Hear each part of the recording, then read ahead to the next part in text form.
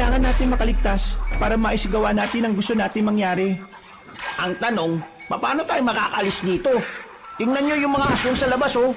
Para mga gutom na gutom eh. Wala ka talagang alam sa mga ganitong bagay. Bukod sa taksil ka, isa ka rin malaking kahihiyan. Wala ka ng halaga sa akin ngayon. Major, anong ibig nito sabihin? Hindi ko inakala na papahirapan niyo ako ng ganito ah. Pero ngayon, tatapusin na kita binatang sundalo. Ikaw ang matatapos ngayon, tanda!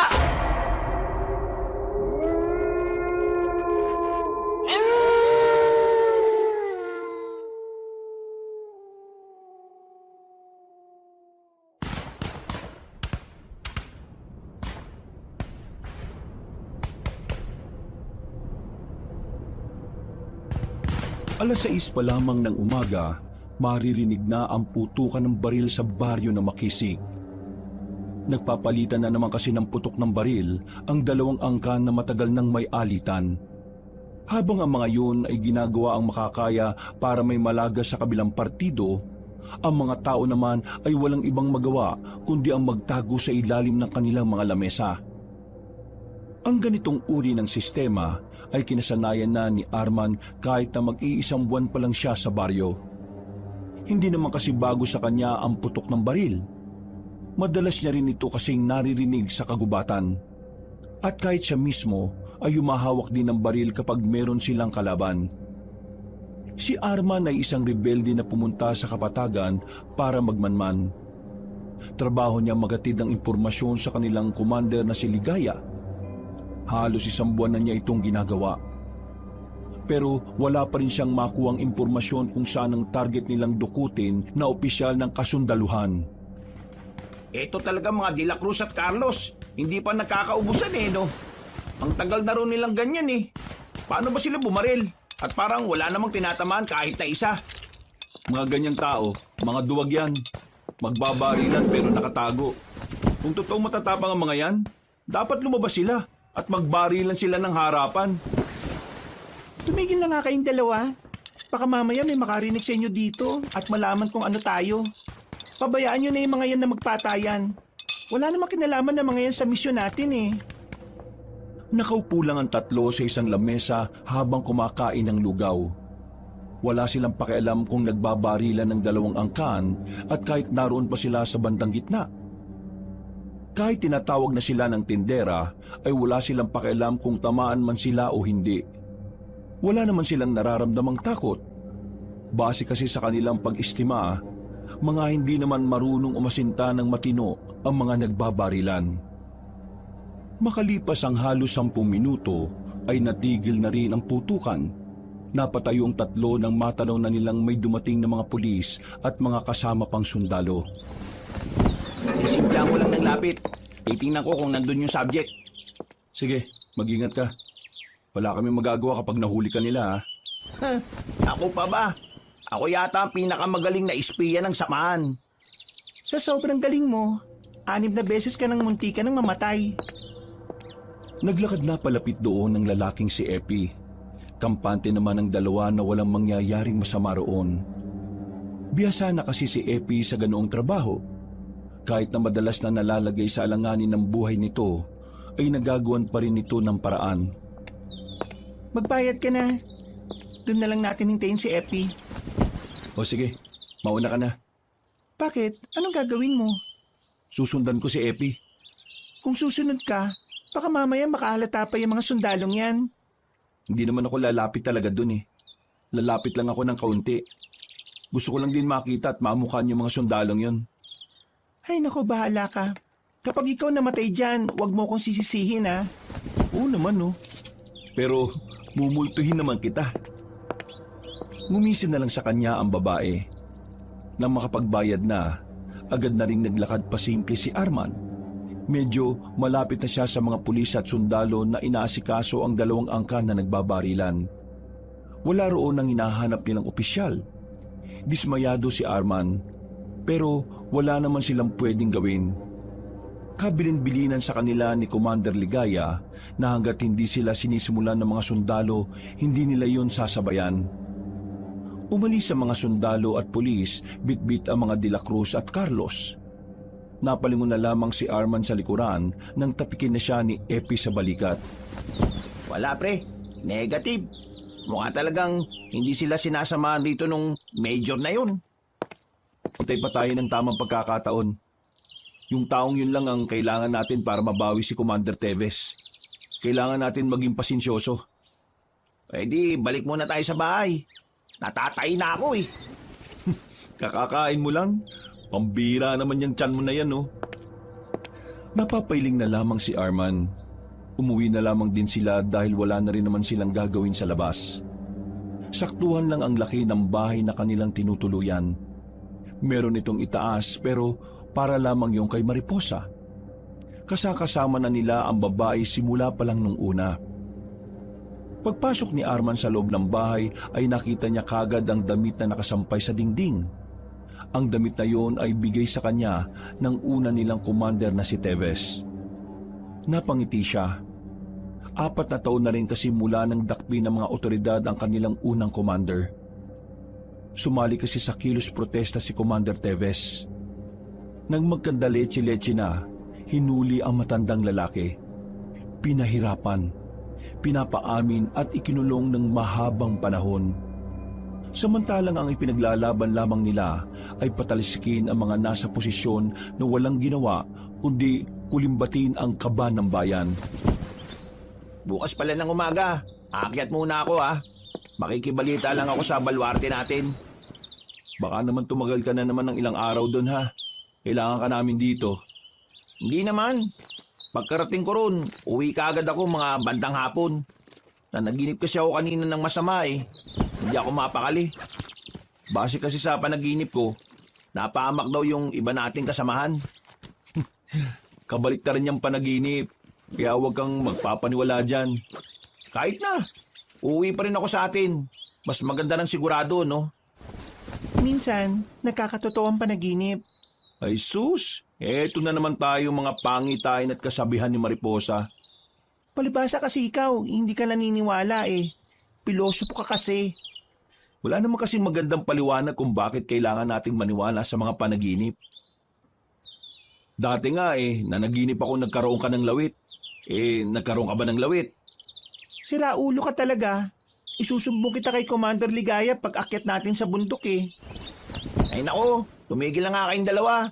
Baka mamaya kakaganyan nyo. Ayaw makatuluyan yan eh. Ikaw ang tumigil. Wala akong oras sa ganyan, no? Nakatuon ang atensyon ko kung paano natin may babalik si Commander Teves. Mailap nga yung taong dapat nating makuha eh. Baka nakakaramdam siya na delikado ang buhay niya rito. Pero magtsatsaga pa rin tayo Darating ang araw na magpapakita rin yan dito. Kailangan nilang ibalik si Commander Teves. Kung hindi, dadanak ang dugo ng mga sundalo at pulis na yon. Ang hindi ko lang naman kasi maintindihan sa gobyernong meron tayo. Bakit nila hinuli yung mga taong mapayapang nagkakaroon ng kilos protesta? Wala namang masama na bumoses, di ba? Yun nga ang bagay na kinamumuhian ng mga kagaya natin at ng iba pa nating kababayan. Kaya galit sa atin ang gobyerno Dahil ayaw nila sa mga taong nagsisimula ng pagkamulat sa kamalayan ng mga tao. Tinatawag nila tayong rebelde dahil taliwas ang paniniwala natin sa kanilang paniniwala. Sa lipunang ganito, kung hindi ka magiging agresibo, pagsasamantalaan ka ng mga hayop at makakapalang mga mukha. Kaya nga gagawin natin ang lahat para mabawi si Commander Teves at ipagpatuloy natin ang pagsigaw bilang boses ng masa. Tumango si Mariposa at Epi bilang pagsang-ayon. Mababaka sa kanilang muka ang tapang at pagiging matatag sa kanilang pinaglalaban. Bagay na matagal na rin nilang isinasabuhay. Dahil para sa kanila, kapag wala kang tapang sa katawan, sasamantalahin nyo ng mga taong mapang-abuso. Kagaya na lang ng mga itinuturing nilang kaaway, ang gobyerno. Kinabukasan, 2 lang si Arman at Mariposa sa bahay na tinutuluyan nila. Kailangan nilang magpanggap ng mga normal na tao, kaya lumalabas-labas sila ng bahay. Hindi kasi sila maaring nasa loob lang. Maraming mga tsismosa sa lugar na yon. Baka kung ano pang kumalat na kwento at mapunta pa sa kanila ang atensyon ng mga otoridad. Anong oras na? Hindi pa rin nakakabalik yung siraulo Baka kung saan-saan na naman dumaan. Arman! Mariposa! Oh, bakit ka sumisigaw? Binagsak mo pa yung pinto. May masamang balita! Ha? Ano masamang balita na naman yan? Tumigil ka sa mga ganyang biro mo Baka putokan kita ngayon. Hindi ako nagbibiro. Totoong sinabi ko sa inyo. Wala ka pang sinasabi. Ano ba yun? Yung mga kasama natin na naglakbay, bangkay na nang makabalik. Sobrang daming sugat sa katawan. Wakwak pa ang tiyan. Ang damit, hiwa-hiwa. Walang ibang gagawa niyan, kundi mga sundalong kalaban natin. Hindi nila ginamitan ng barel. Mukhang pinahirapan muna sila bago sila pinaslang. Mga buwisit talaga mga yan. Oh, ano gagawin mo, Arman? Babawas lang ako ng isa sa kanila.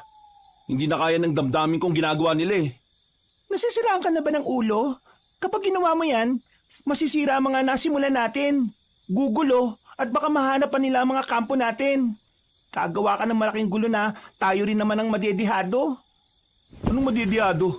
Pupuntahan ko lang sila at uubusin ko sila. Sabi mo kanina, isa lang. Makinig ka. Huwag kang tanga. Nagpapadalos-dalos ka na naman dahil dyan sa emosyon mo. Tila naulog ang ulo ni Arman sa sampal na ginawa ni Mariposa. Natameme ito at napaupo sa gilid. Napahawak na lamang ito sa pisngi. Huwag ka nga maging isip bata. Hindi to tungkol sa damdamin mo Tungkol ito sa ipinaglalaban ng samahan. Ang ganyang pag-uugali, hindi mo dapat dinadala sa misyon natin.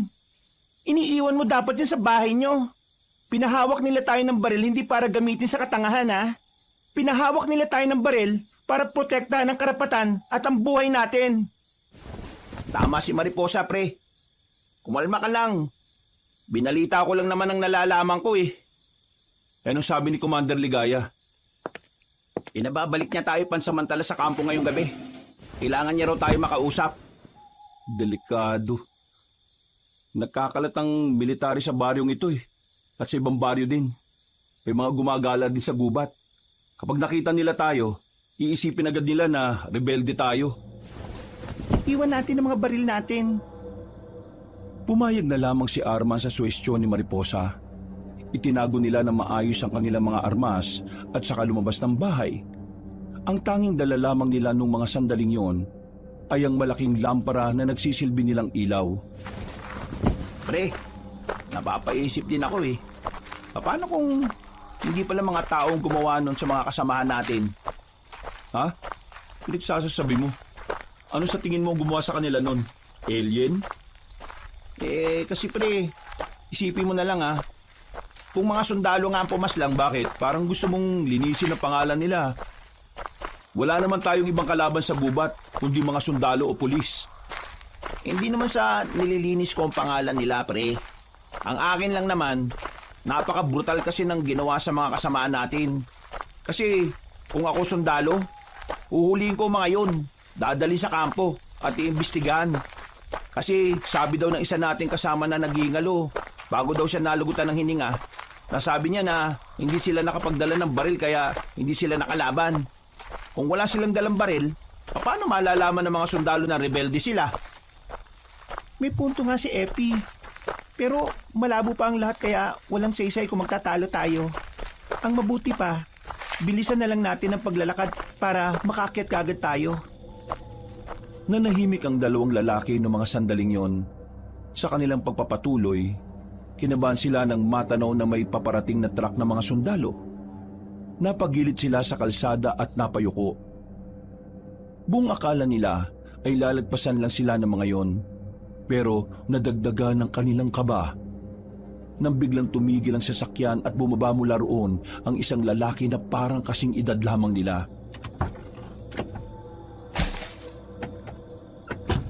Magandang gabi sa inyo. Nagro-ronda kami para bantayan ang area. Pwede ko bang malaman kung saan ang punta ninyo at anong pangalan ninyo? Nagkatinginan ng tatlo.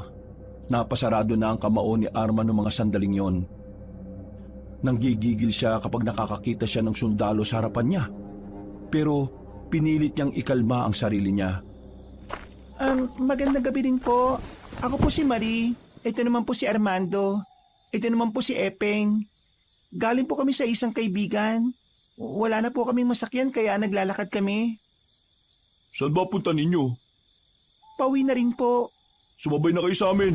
Total pabalik na rin kami. Ay, hindi na po sir. Nakakaya naman po. Kaya naman po namin maglakad.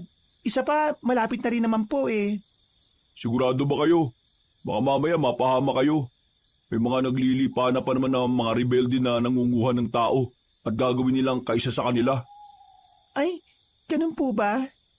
Pero ayos lang po talaga. Alam ko din naman na pagod na din kayo sa maghapong trabaho ninyo.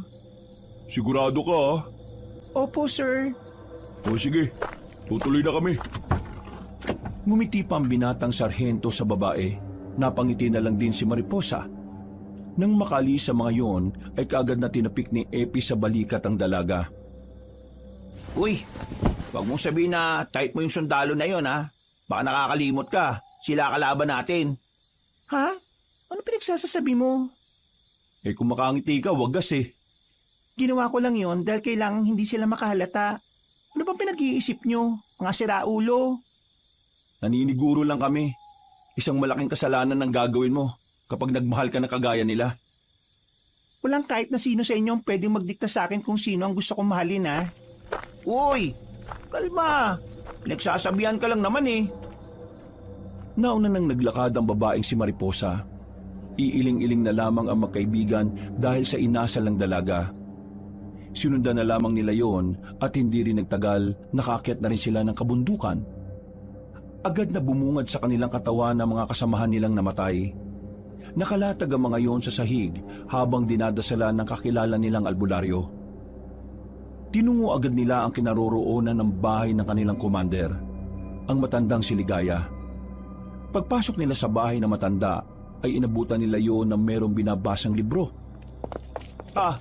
Mabuti naman at nakabalik na rin kayo. Pinauwi ko kayo dahil may nakaabot na impormasyon sa akin. Pero maupo muna kayong tatlo. Ano pong impormasyon ang sinasabi niyo, Commander? Ang nakalap kong balita, itong mga sundalo raw na ito, nagkaroon sila ng inspeksyon sa mga taong nakita nila na kahina-hinala. Alam na kasi nila ang simbolo ng samahan natin. Hindi ko alam kung paano nila nalaman yon pero kailangan natin mag-ingat. Yung mga simbolo ninyo, saan nyo pinatatak? Ang sa akin sa dibdib. Akin sa singit. Hindi halata kasi maitim eh. Ang akin naman nasa ilalim ng dibdib ko. Hindi nila yun makikita basta-basta. Mabuti naman kung ganon. Siya nga pala, nakita niyo naman kung anong nangyari sa iba nating kasama, hindi ba? Huwag na muna kayong gumala-gala. Doon na muna kayo sa bahay ninyo. Iwasan niyong magkaroon ng interaksyon sa mga sundalo. Mas mainit tayo sa mata nila ngayon. Nakita niyo naman kung ano ang ginawa nila sa mga kaawa-awa nating kasamahan. Hanggang kailan ba tayo maghihintay, Commander? Hindi lumilitaw si Major Galang sa baryo Habang tumatagal, nagiging dihado na tayo. Si Major Galang lang ang susi para maibalik si Teves. Hindi tayo pwedeng maging mainipin. Anong gagawin natin sa mga pumaslang sa kasamaan natin? Hayaan na lang natin? Hindi. Nagpadala na ako ng 10 tao para rumonda sa lugar kung saan napaslang ang mga kasamahan natin. Hahanapin nila ang mga sundalong may sala sa nangyari. Hindi tayo papayag na walang ganti. Commander, payagan niyo na ako. Bibirahin ko ang mga sundalo na gumagala sa baryo. Isang malaking pagkakamali ang gagawin mo, Arman. Para kang tumalon sa kumukulong mantika. Kanina niya pa gustong birahin ng mga sundalo doon Hindi ko alam kung ano ba nangyayari sa taong yan. Wala tayong gagawin sa mga sundalo ng baryo. Kapag ginalaw natin sila, baka mas lalong mawalan tayo ng tsansa na makuha si Major Galang. Kaya ikalma mo ang kalooban mo, Arman. Lahat tayo dito ay nagalit at nasaktan dahil sa brutal na pagpatay sa mga kasama natin. Ano na bang balak bukod sa maghintay na lang? Mananatiling pareho ang ating mga plano. Maghintay. Bakit pa kami bumalik dito kung yan lang pala ang maririnig namin? Pre, kalma. Meron akong ibibigay sa inyo. Inilabas ni Commander Ligaya ang mga larawan ng mga sundalong kailangan nilang asikasuhin. Inilapag nito yon sa lamesa at inisa-isang ipinakilala. Teka, ito yung nakausap namin kanina. Aba, sarhento pala siya. Siya si Sargento Valdez. Siya ang pansamantalang pumalit kay Major Galang. Siya rin ang may direktang koneksyon sa taong yon. Habang naghihintay tayo kay Major Galang, uobserbahan natin itong sarhento na ito.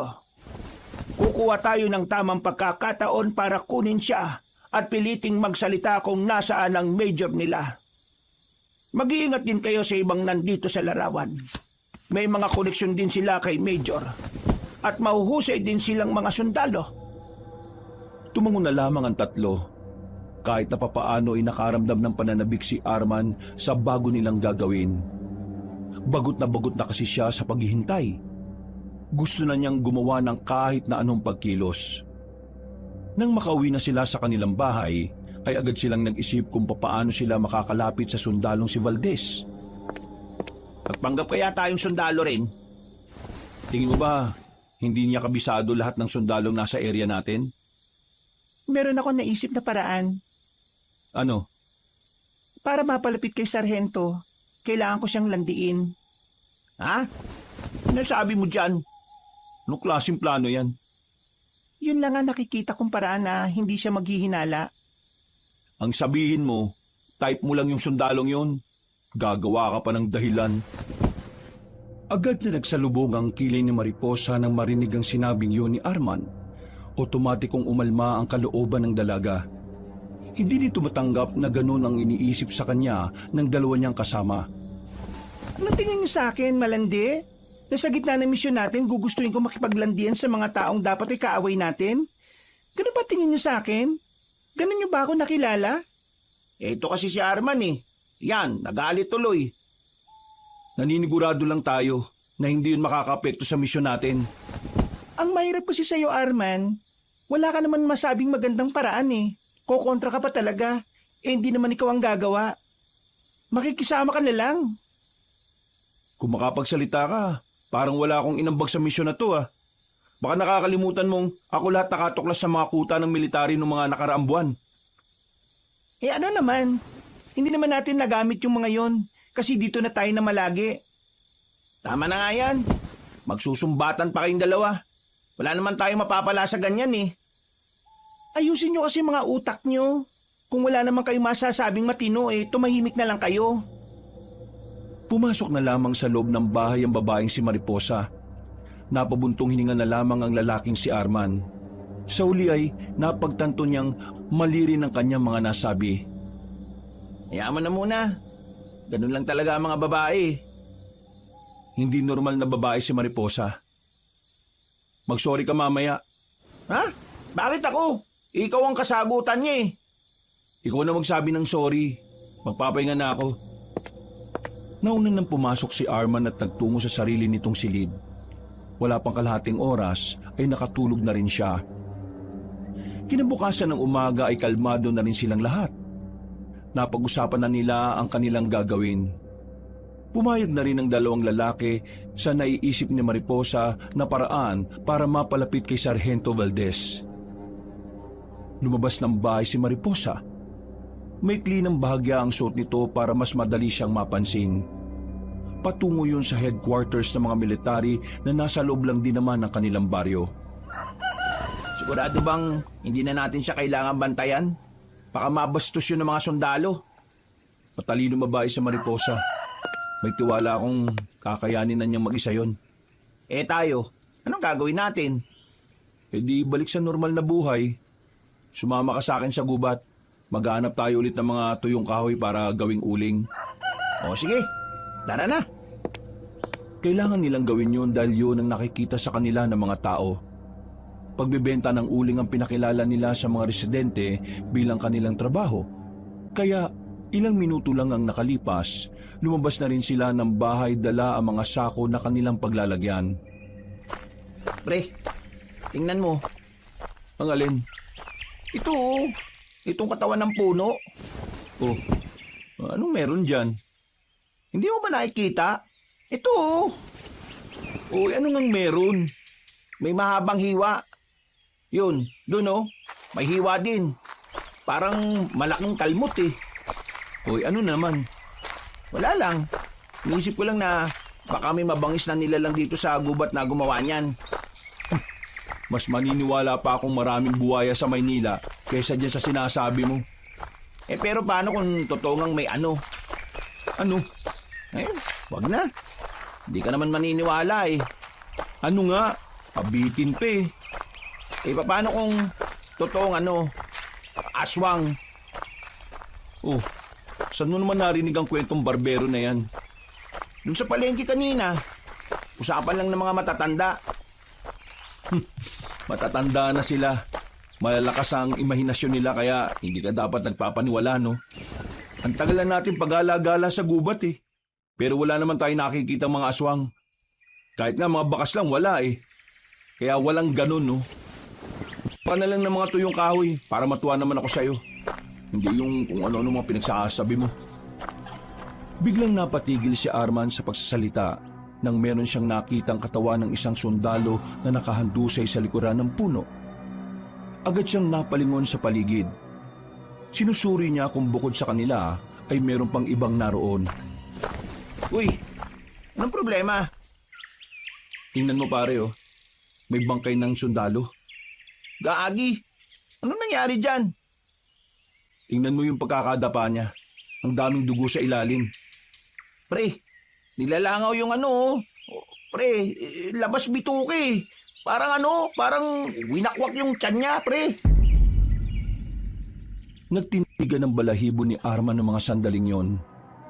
Sanay naman siya sa mga bangkay ng tao pero hindi niya alam kung bakit tila kakaiba ang epekto nun sa kanya. Para bang may kababalagan siyang nararamdaman. Masyadong mahiwaga. Sandali nilang sinuri ang bangkay. Nakumpirma nga nilang kasamaan nga yun ng mga sundalo na nakadistino sa kanilang lugar. Bago pa may ibang makakita, nagdesisyon si Arman na lisanin na nila ang area na yon. Maaari kasing sila ang mapagbintangan kapag sila ang naabutang naroon. Alam kaya nila na ganun ang nangyari sa kasamaan nila? Hindi natin sigurado. Pero ang mahalaga, wala na tayo ron. Ang iniisip ko lang sino kayang pumaslang sa sundalong yun? Bukod sa atin, may iba pa bang mga may galit sa kanila? Yan ang aalamin natin. Pero pre, hindi ka ba napapaisip? Napapaisip saan? Pre, ganun na ganun din yung kinamatay ng mga kasamahan natin. Maraming kalmot tapos nakabuka yung tiyan. Uy, ano ngayon? Palagay ko, iisa lang ang pumaslang sa kanila. Ha? Paano mo nasabi? Sige nga. Paano kung may aswang nga talaga sa gubat at sila nga yung pumapaslang sa mga kasama natin at sa sundalong yon? Ay nako, itigil mo na nga yan. Wala tayong ganyang paniniwala sa samahan, no? Mag-focus ka sa misyon natin. Aswang-aswang ka pang nalalaman dyan. O sige nga, paano mo ipapaliwanag yung nangyari sa mga kasama natin at doon sa sundalong nakita natin ngayon? Hindi nakasagot si Arman. Maging siya kasi ay napapaisip din. Pero kahit na ganon, hindi pa rin niya nakumbinsi ang kanyang sarili na totoo nga ang mga aswang. Pinagpatuloy na lamang nila ang pagkuha ng mga tuyong kahoy. Nang mapuno na nila ang tig-isang sako ay agad na rin silang bumalik ng kanilang baryo. Ilang oras lang ang nakalipas, meron ng ibang nakakita sa bangkay ng isang sundalo. At dahil naman dito, mabilis na kumalat ang balita sa buong lugar. Nakarating na rin yon sa headquarters ng mga sundalo. Habang nagbabalot ng uling ng dalawang binata ay dumating na rin si Mariposa. Base sa mukha nito ay dismayado ito ng bahagya. Oh, bakit ganyan ang mukha mo? Anong balita? Oh, baka mamaya magsagutan na naman kayo ha. Maakit ko na sana siya kaso bigla silang naalarma. May nakarating na impormasyon sa kanila na may isa sa mga kasama nilang pinatay. At walang ibang pinagbibintangan kundi mga rebelde. Alam na namin ang tungkol dyan. Sa katunayan, kami ang unang nakakita niya sa gubat. Sa narinig ko, brutal daw ang pagkakapatay. Hindi naman tayo ganun magtrabaho, di ba? Isang bala lang sapat na. Pero yung bangkay, Halos magkandalasog-lasog na raw. Malakas talaga. Oo, tigil mo yan ha. Hindi yan ang gusto ko marinig. Ha? Ano ba yon? Ito kasing si Epi, puro aswang ang sinasabi. Nakakairita na. Sabay-sabay silang napalingon sa labas nang marinig nila ang yabag ng paa ng mga sundalo. Nakaalarma ang mga yun. Kumalat ang military sa kanilang baryo at nagkaroon pa ng mandatory checking sa mga bahay ng mga taga roon. Nang nasa kanila na ang military para magsuri, hindi maiwasan ni Arman na hindi kabahan. Sa oras kasi na makita ng mga yon ang tinatago nilang mga baril, tapos na ang kanilang buhay. Kaya naman walang humpay ang panalangin ni Arman sa kanyang isip na sana walang makita ang mga militar. Sarento? Ano ba nangyayari? Bakit kailangan yung tingnan ng bawat bahay sa baryo? Meron kaming hinahanap na masasamang tao eh. Kailangan namin silang mahuli bago pa sila makagawa ng mas makasalanang gawain. Sinabi ko naman kasi sa iyo eh. Wala rito ang hinahanap nyo. Kaano-ano mo yung dalawang lalaking yan? Ito si Armando, pinsan ko po. Ito naman po si Epeng, pinsan ko rin po. Ah, ganun ba? Sir, ano pong nangyari? Narinig po namin kanina sa usap-usapan. May isa raw po sa kasama ninyong natagpo ang wala ng buhay. Hindi kami pwede maglabas ng info sa ibang tao na hindi parte ng organisasyon. Pero iniimbestigahan na namin ang nangyari at sinisimula namin yon sa pag-inspeksyon sa mga bahay. Kung sakaling meron kayong makitang tao na kahinahinala, sabihin nyo kaagad sa amin ha. Sir, kailan ka libre? Gusto ko sanang yayain ka na kumain sa labas eh. Ha? Ano kasi, wala pa akong libreng oras. Pasensya na ha. Sayang naman. Ang pogi mo pa naman. Gustong masok ni Arman sa mga naririnig niyang sinasabi ni Mariposa. Hindi kasi siya sanay na ganun ang dalaga. Nakilala niya yun bilang mainhin na babae. O sige, tapos na kami mag-inspeksyon. Malapit lang ang headquarters namin kaya sabihan nyo kagad kami ha kung may makikita kayong kahinahinala. Men, let's go! Nagmamadali nang makalabas ng kanilang bakuran ng mga sundalo. Nang makalayo na yon, nawala na rin ang ngiti ni Mariposa. Balik na sa pagiging seryoso ang ekspresyon ng mukha nito. Ang galing mong umarte, Mariposa. Nakita niyo naman kung paanong tablan sa akin ng sundalong yan, di ba? Kaunting-kaunti na lang. Magbibitaw na rin sa akin ng mga impormasyon ng lalaking yon. Isang linggo pa ang nakalipas. Wala namang bago sa kanilang routine. Ginagawa pa rin nila ang pagbebenta ng uling bilang panakipbutas sa kanilang tunay na katauhan. Habang si Mariposa naman ay unti-unti nang nakukuha ang loob ng lalaking si Valdez. Pero sa kabila ng pagkakaroon ng magandang progreso sa kanilang ginagawa, parami naman ang parami ang mga natatagpuang bangkay sa kagubatan. Pati mga sibilyan ay damay na rin. Ang iniisip ng mga military ay kagagawan nyo ng mga rebelde. Sila ang nadidiin sa mga pagpatay kahit wala rin naman silang kaalam-alam sa ganoong bagay. Kaya naman, naging mas mainit sila sa mata ng mga militar. Mas lumiit ang mundo nila pagdating sa kagubatan.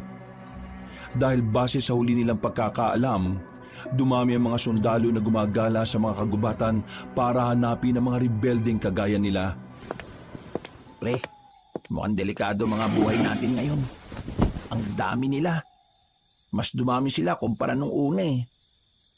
Mas magandang ang maalarma sila eh.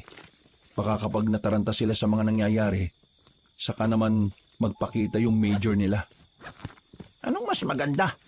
Ang hirap gumalaw. Ang hirap magpanggap na normal na tao. Anong mahirap? Huwag ka lang magdala ng baril, normal na tao ka na. Tingnan mo mukha mo, di ka nga mukhang makabasag pinggan eh. O si Mariposa, ayan na oh. Oh, kumusta? Anong nalaman mo? Si Major Galang, darating mamayang gabi.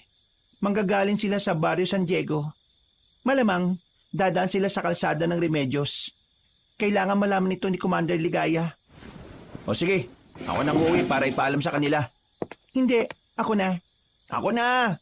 Ang tagal mo makabalik palagi eh, kaya ako na. pabayaan mo na si Mariposa. Dito ka sa akin. Kailangan kita ngayon, Epi. Nung gabing yun ay umalis si Mariposa ng baryo. Naiwan naman ng dalawang lalaki sa bahay nila. Kagaya ng sinabi sa kanila ni Commander Ligaya, hindi sila lumalayo ng kanilang bahay para makaiwas sa pagdududa. Oh, saan ka pupunta? Lalabas, bibili ng katol. Malamok ngayon eh. Buti na isipan mo. Tinatamad kasi ako ngayon lumabas kaya ikaw na lang. Pang sa akin lang yung bibiling ko, no? Uy, gara mo naman. Bahala ka. Tahimik na ang kapaligiran ng lumabas ang binatang si Arman. Meron siyang dalang maliit na kutsilyo na nakasuksok sa tagiliran. Nang matanong na niya ang tindahan, nakita niya roon ang sundalong si Sargento Valdez. Wala naman siyang balak sanang kausapin ng lalaking yon, pero ang sundalo mismo ang nagsimulang kumausap sa kanya. Oh, ikaw yung pinsan ni Mariposa, di ba? Bakit nasa labas ka pa? Hindi mo ba nabalitaan na meron tayong curfew? Mabuti na lang at wala pa si Major Galang. Nako, kapag nakita ka noon, dadamputin ka talaga. Pero dahil naman ako ang nakakita sa'yo, ayos lang yan. Akong bahala sa'yo. Bibili ka lang naman, di ba? Yes sir.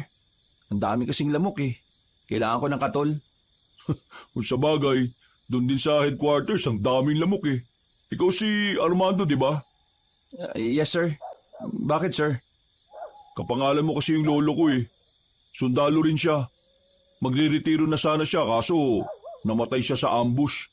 Kalaban nila mga rebelde eh. Pero alam mo bang kahit napatay siya ng mga rebelde, nakangiti pa siya? Bakit naman sir? Ang sabi kasi ng lolo ko, masaya siyang mamamatay kung sa labanan siya mamamatay. Ayaw niyang mamatay sa sakit eh. O di ba? Para siyang siraulo. Pero kahit na ganun, doon kuminana sa kanya yung pagiging maunawain sa saloobin ng mga rebelde. Sinasabi niyo ba sir na naiintindihan niyo ang pinaglalaban ng mga rebelde? Naiintindihan ko kung ipapaintindi sa akin na maayos. Eto mga rebelde na kumakalaban sa amin. Sinusubukan namin silang kausapin pero bago kami makalapit, nagpapaputok kagad. Sa totoo lang, hindi ako galit sa mga rebelde eh. Wala akong sama ng loob sa kanila. Kaya gumagamit ng dahas sa mga rebelde ay dahil desperado na silang mapakinggan. Bago sila naging marahas, naging mahinahon muna sila ng mahabang panahon. Ang ibig ko sabihin, napunot na ipon ng sama ng loob nila kaya sila ganun. Sa pananaw niyo, masasama ba ang mga rebelde? Iba-iba naman ang mga rebelde. May masama, may mabuti. Nagiging masama ang mga rebelde kapag ang pinaglalaban nila makakasira sa nakararami. Mabuti ang mga rebelde kung ang pinaglalaban nila ay para sa pagbabago at ikaunlad ng kanilang buhay at ng mas maraming Pilipino. Ganyan palang pananaw niyo sa kanila? Bakit? Mali ba ako? Hindi. Hindi lang ako makapaniwala na may kagaya mo na ganyan na kaisipan. Kadalasan kasi sa mga naririnig ko, galit sila sa mga rebelde. Ang tingin nila sa mga rebelde, terorista, masasamang tao, mga salot at anay ng lipunan. Hindi ko kinakampihan ng mga rebelde ah. Ang puso ko'y para sa bayan. Ang mamamayan ang pinoprotektahan ko. At ang mga rebelde ay parte rin ng mamamayan na dapat pinapakinggan ang mga hinaing. Hanggat may mga paraan para maayos ang mga gusot, yun ang palagi kong iniisip. At kung sakali mang ang mga rebelde ay nakakaperwisyo at marami nang nadadami na inosenteng buhay, wala kami magagawa kundi ang gawin ang trabaho namin. Sir, pwede ba ako magtanong? Pero wag sana ninyong mamasamain ha. Pwede naman. Maganda nga usapan natin eh. Bakit mas pinoprotektahan niyo ang mga politikong kurakot kaysa sa mga mamamayang ninanakawan nila? Maganda tanong mo ah. Tinanong na rin sa akin yan ng mga nakakausap kong tao na galit sa amin. Pero, sige, sasagutin ko para alam mo at maintindihan mo rin. Hindi namin sila pinoprotektahan. Pinoprotektahan namin ay ang kapayapaan. Kung iisipin mo lang ng mas malalim, ang pagpigil namin sa mga dahas na banta ng gobyerno direktang pumapabor sa mga pangkaraniwang tao. Kung hahayaan namin ang mga mamamayan na gumawa ng kaguluhan dahil sa galit nila sa mga nakaupo, sa bandang uli, ang mga mahihirap na mamamayan lang din ang talo. Bakit? Dahil ang mga tao ang nasa lansangan at ang mga nasa posisyon nasa loob lamang ng mga opisina nila. Ay sinong kawawa? Kami, ang mga tao. Tayo mga pangkaraniwang Pilipino lang. Gagawin namin ang tungkuling sinumpaan at gagawin nyo rin naman ang pinaglalaban nyo sa kahit na anong paraan. Tayo magkakasakitan. Sila, nanonood lang. Kaya hindi namin sila pinoprotektahan ha.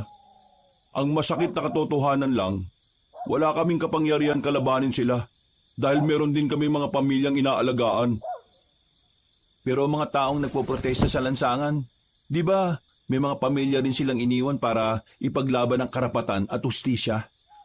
Kung sakaling mamatay sila dahil sa pakikibaka nila, may iwan din ang pamilya nila. Sir, kung ang isang mambabalot na kayang iwan ng pamilya para sa bayan, bakit kayo mga may hawak na armas, hindi nyo kayang gawin yon? Dahil nga, meron kaming sinumpaang tungkulin. At ang sinumpaang tungkulin yon ay para sa bayan at hindi para sa mga nakaupo sa posisyon. Ang tungkulin nyo ay protektahan ng mga Pilipino. Kaya hindi ko maintindihan kung bakit ayaw nyong makisa sa mga taong nakikipaglaban sa katiwalian. Bakit nyo sila inaharang sa daan? Dahil kung sakaling mawala ang kapayapaan, mas maraming buhay ang mawawala. Hindi porke nasa lansangan kami para pigilan sila hindi na nila kami kaisa. Kasama nila kami sa laban. Kung biktima sila ng katiwalian, kami rin.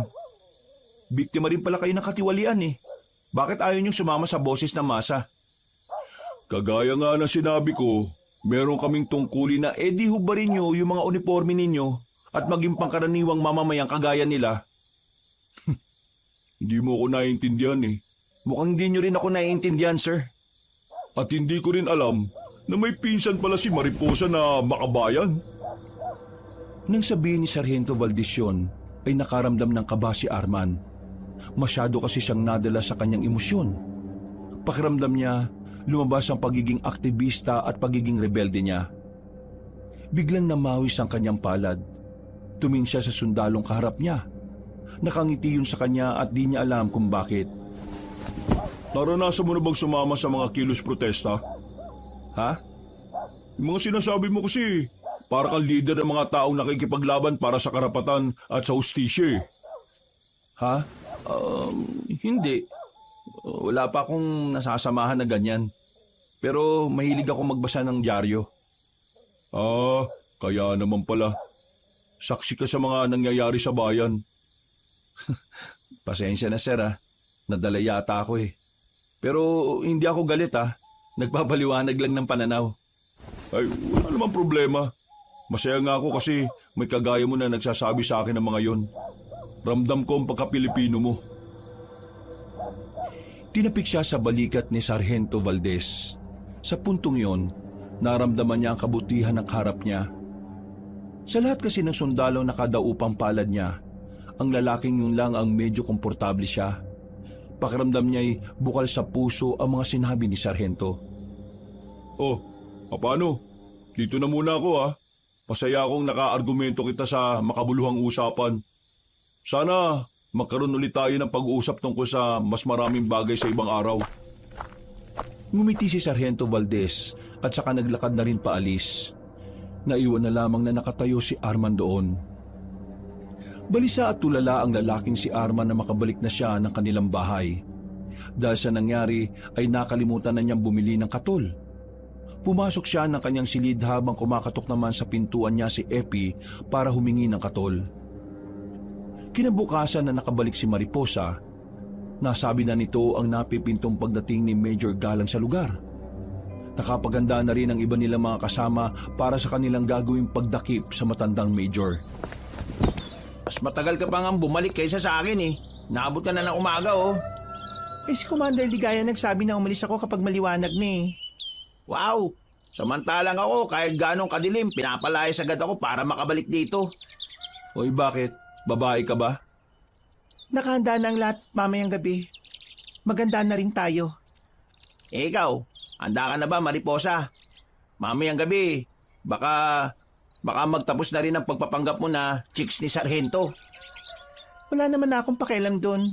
Ang iniisip ko, kung paano natin makukuha si Major. Tama. Yun lang ang isipin natin. Dahil kapag nakuha natin si Major, magagamit natin siya para makabalik sa atin si Commander Teves. Pagkatapos nilang kumain ay sinarado na nila ang mga bintana at pintuan. Sinimulan na nila ang paglilinis sa kanilang mga baril. Maya-maya pa, palihim na rin silang umalis ng bahay. 6:00 pa lang ay umalis na sila roon. Pumeso na rin sila agad sa kalsada ng San Remedios. Mga 7:00 na. Wala ba talagang eksaktong oras ang pagdaan nila dito? Bakit ka ba atat-atat? Maghintay ka nga. Hindi ba natin mga kasama? Nandyan na ba? Napag-usapan namin doon sila sa kabilang banda. Tapos tayo rito. Tingin ko naman nandun na rin sila. Handa na tayo. Maya-maya mapapalaban na rin tayo. Tandaan nyo kailangan natin pumaslang ngayon para makuha yung dapat makuha. Walang makukonsensya. Mas marami na silang pinaslang na kasamahan natin Ito na rin ang tamang pagkakataon para makaganti. Isang malalim na paghinga ang nagawa ni Arman. Bigla na lamang niyang naisip si Sargento Valdez. Sa hindi malamang dahilan, tila hiniling niya na sana hindi kasama ang sarhento sa tatambangan nila. Naghintay pa sila ng halos kalahating oras. Mga ilang sandali lang, nakarinig na sila ng sasakyan na paparating. Hindi nga sila nagkamali. Mga armored vehicle yon ng military. Hindi nagtagal, tila kinabigla ng mga sundalo ang ginawa nila. Pero agad na nakadepensa ang mga yon. Ginantihan sila ng putok. Mas malakas at mas pulidong depensa ang sinukli ng mga sundalo sa kanila. Kahit na mas nauna sila sa pagpapaputok, wala silang napatumba kahit isa. Tila batid ng mga sundalo ang planong yon, kaya nakapaghanda sila. Niretret sila ng mga sundalo. Gumunti naman sila ng putok, pero mas sistematiko ang ginagawa ng kanilang kalaban. Nang mapansin nilang nakakaabanti na ang mga sundalo paakyat sa kinalalagyan nila, dito na sila nakaisip na umatras. Atras! Atras! Hindi natin kakayanin ang mga yan! 3 lang tayo rito Bilis! Bilisan nyo! Visit! Palpak tayo! Tumakbo sila papasok ng kagubatan. Hindi pa sila nakakalayo ay natanong na nila ang mga sundalong nakabuntot na sa kanila. Pinagbababaril sila ng mga yon. Agad naman silang gumanti. Sa halos 1 oras nilang pakikipagbarilan sa mga sundalo, unti-unti na rin nilang nararamdaman ang pagiging dihado. Konti na lang ang bala nila. Bukod sa wala naman silang ibang kasama dahil nasa kabilang banda ang iba, hindi rin nila nakabisado ang daan paalis. Visit! Sino bang nagplano ng ganito? Bakit parang ako sinisisi mo?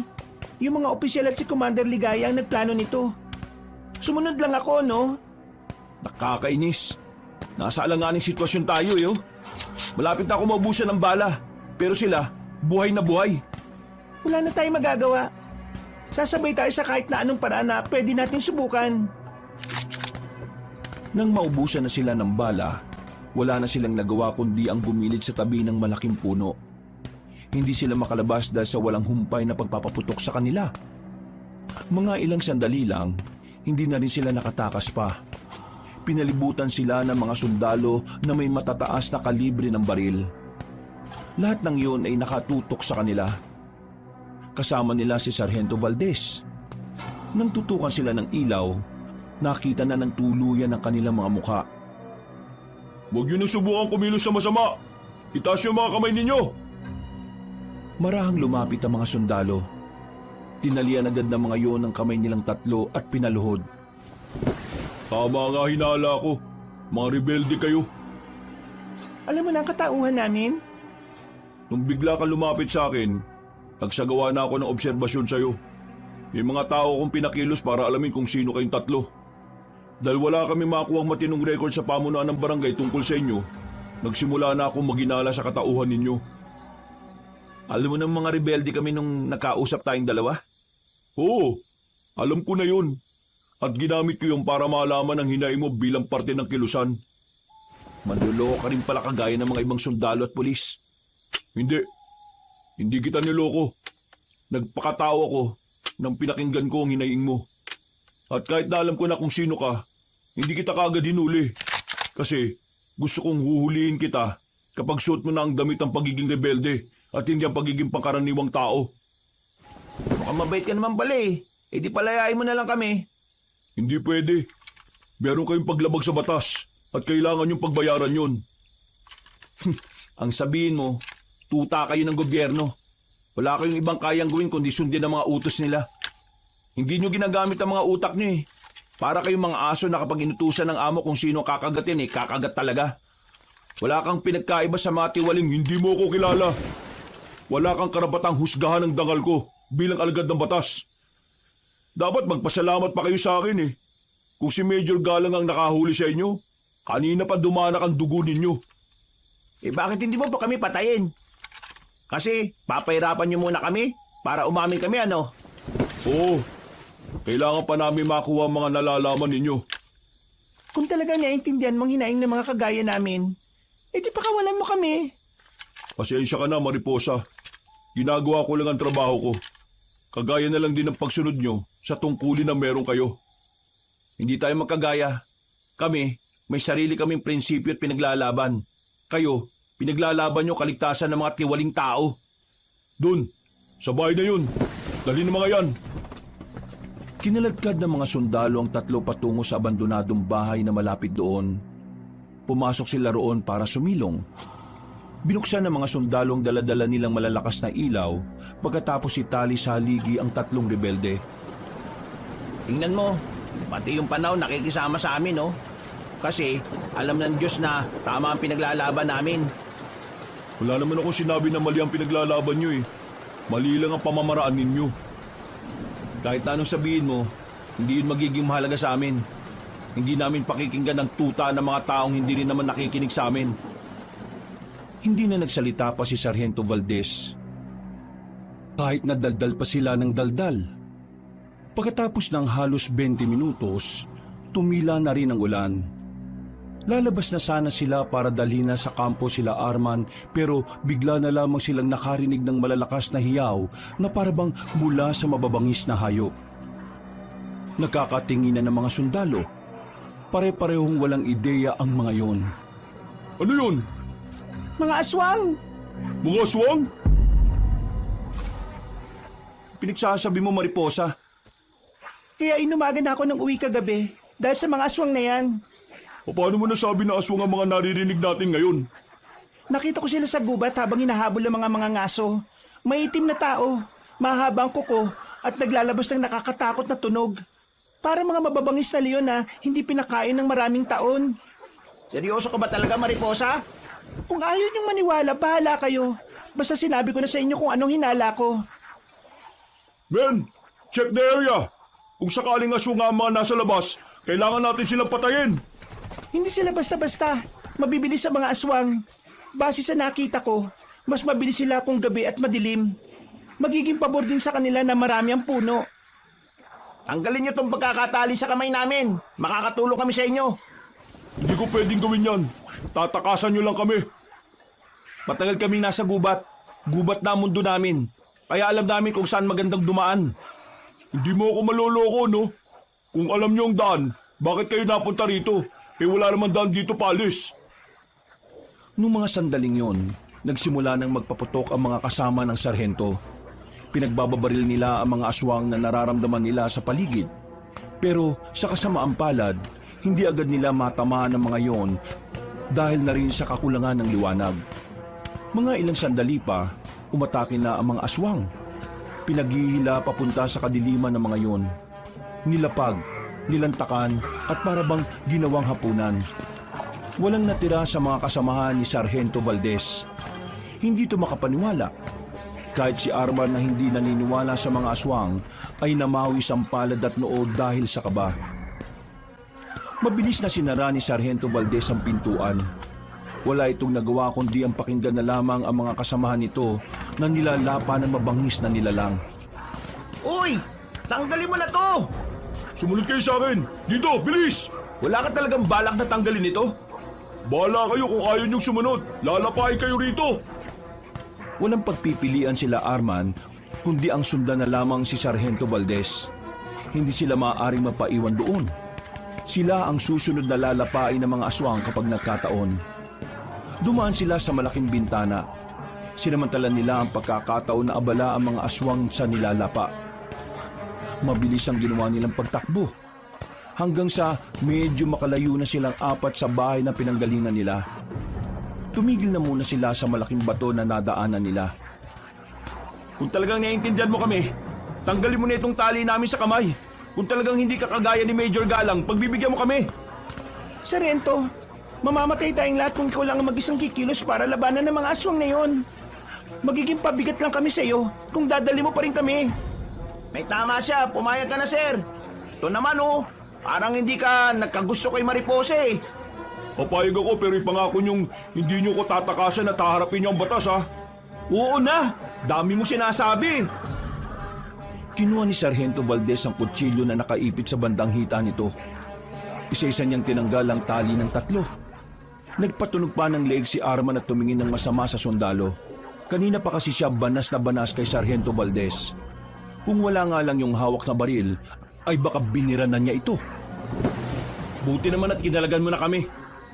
Alam ko tumatakbo sa isip niyong dalawa. Anong pinagsasabi mo? Sargento, makipag-isa ka na sa amin. Oh? Nababalo ka na ba? Kalaban natin yan. Ngayon lang tayo sumusunod sa kanya kasi may hawak siyang baril. Kapag nawala ng bala yan, pantay-pantay na tayo dito. Hindi si Sargento kalaban natin. Totoong naiintindihan niya tayo. Tinutulungan niya tayo. Uy, nagayuma ka ba niya? Para kang timang eh. Sargento, alam kong hindi ka kagaya ng ibang alagad ng batas. Alam kong meron kang prinsipyo at dignidad. Meron kang dangal sa ginagawa mo. Alam ko ring alam mo na wala kaming masamang hangarin kundi ang mabigyang hustisya ang iligal na pagdakip sa pinuno namin. Makipag-isa ka sa amin. Tutulungan ka namin makaligtas sa mga aswang. At pagkatapos ng lahat ng ito, tulungan mo kami mapakinggan ang hiling namin. Naririnig mo bang sinasabi mo, Mariposa? Hindi tayo pwede magtiwala sa gayan yan. Tuta ng gobyerno yan. Utusan lang yan. Ang katapatan niya ay wala sa tao. Nasa amo.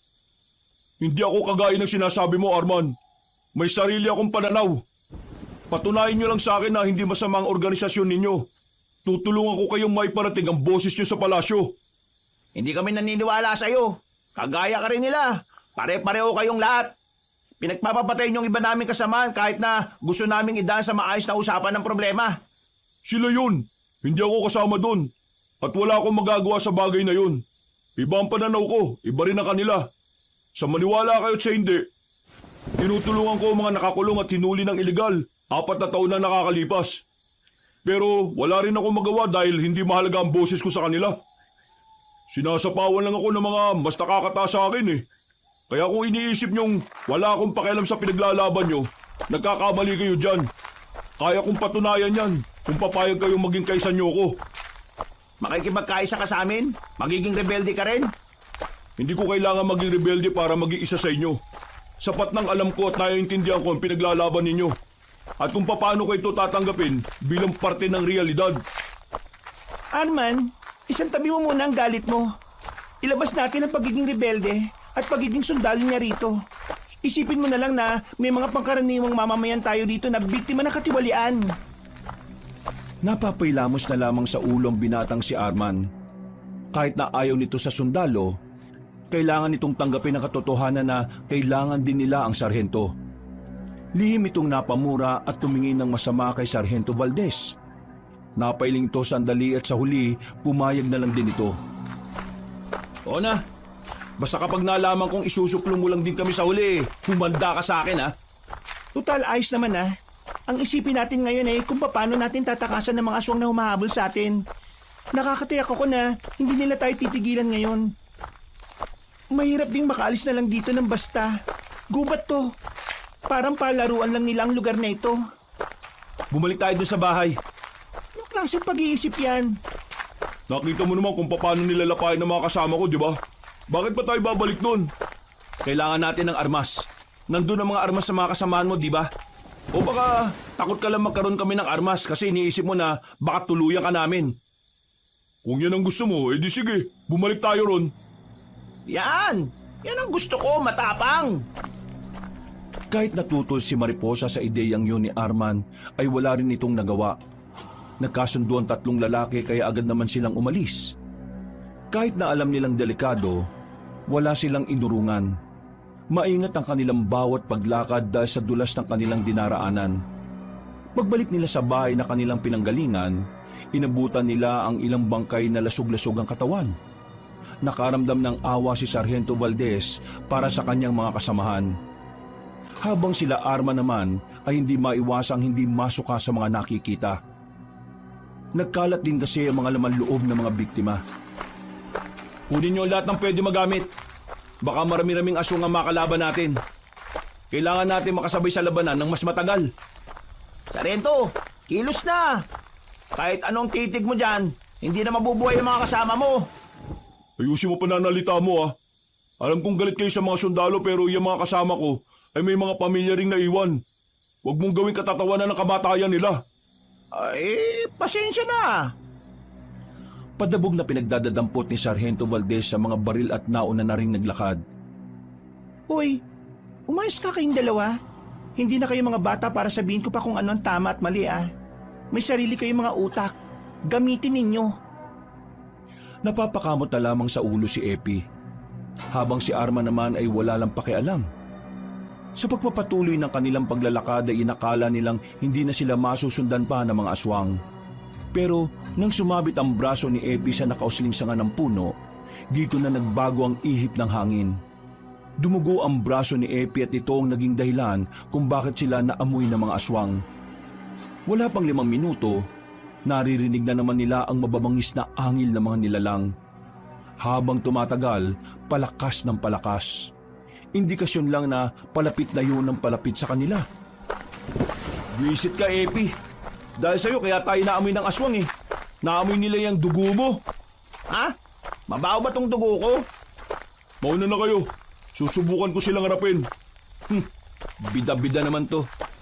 Pwede ka namang sumabay sa amin eh.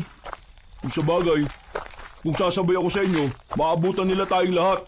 Mauna na kayo, susunod ako. Bakit pa ba ito ginagawa? Gusto kong patunayan na hindi ako gaya ng ibang sundalo na iniisip ninyo. Sira ulo. Hindi mo kailangan mamatay para patunayan yun, no? Hinila ni Mariposa ang sarhento at sabay-sabay na silang umalis. Mga ilang minuto lang ang nakalipas, bigla namang may humila sa paa ni Mariposa. Mabuti na lamang at alerto si Arman. Hindi lang niya pabalik ang babae. Pinagbababaril niya ang aswang na mabilis namang nakapasok sa loob ng halamanan. Formation! Pinagsasabi nito. Pagtalikuran tayo. Depensa para hindi sila makalapit. Sundin nyo na lang. Mas may alam yan kaysa sa inyo. Sinunod nila ang sinabi ni Sargento Valdez. Maya-maya pa'y pinalibutan na rin sila ng mga aswang na tila takam na silang makain. Nang umatake ang mga yon, hindi na sila nagsayang ng oras. Agad na rin nilang pinaputukan ng mga aswang. Niratrat nila ang katawan ng mga nilalang. Walang makalapit kahit isa. Hindi pa nakontento ang 4. Kahit nasa lapag na ang mga yon ay niratrat pa rin nila.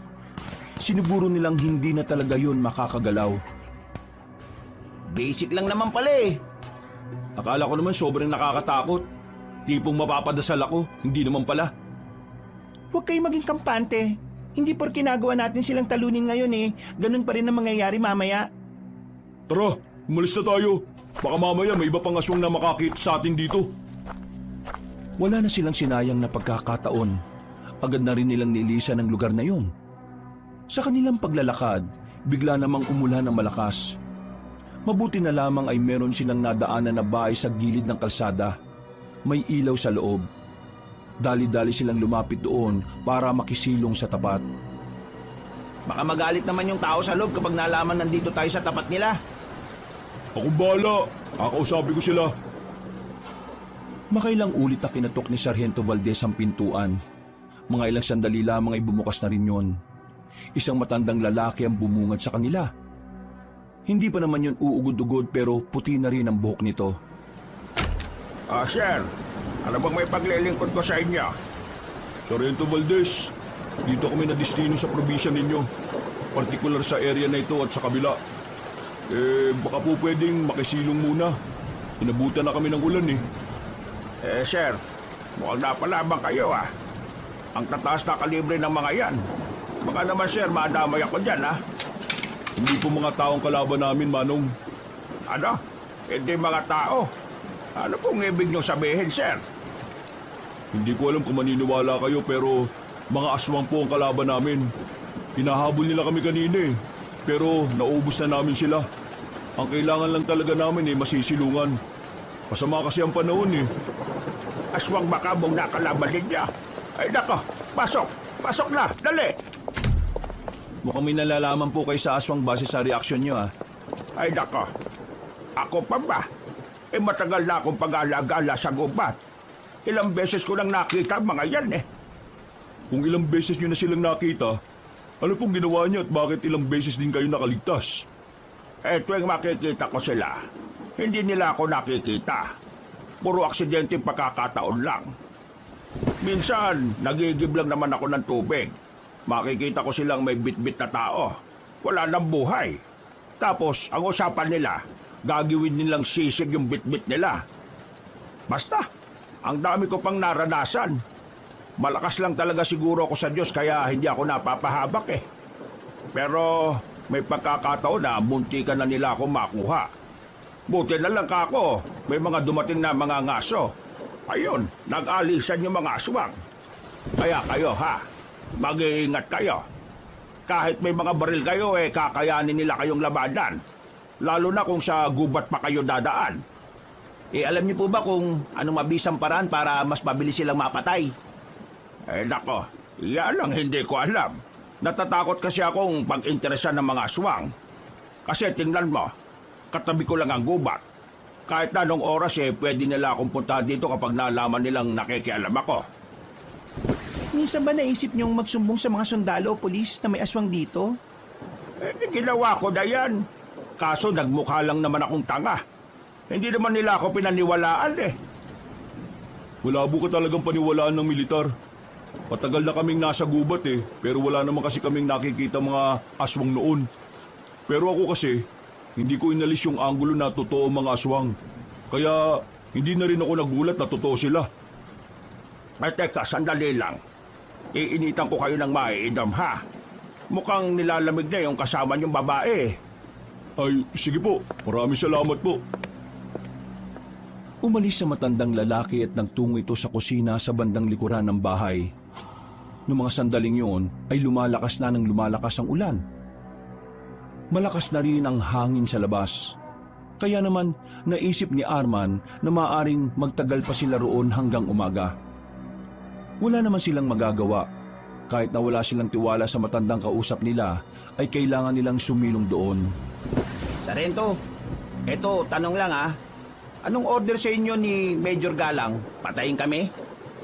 Wala siyang ilalabas na info sa atin. Huwag na tayong umasa.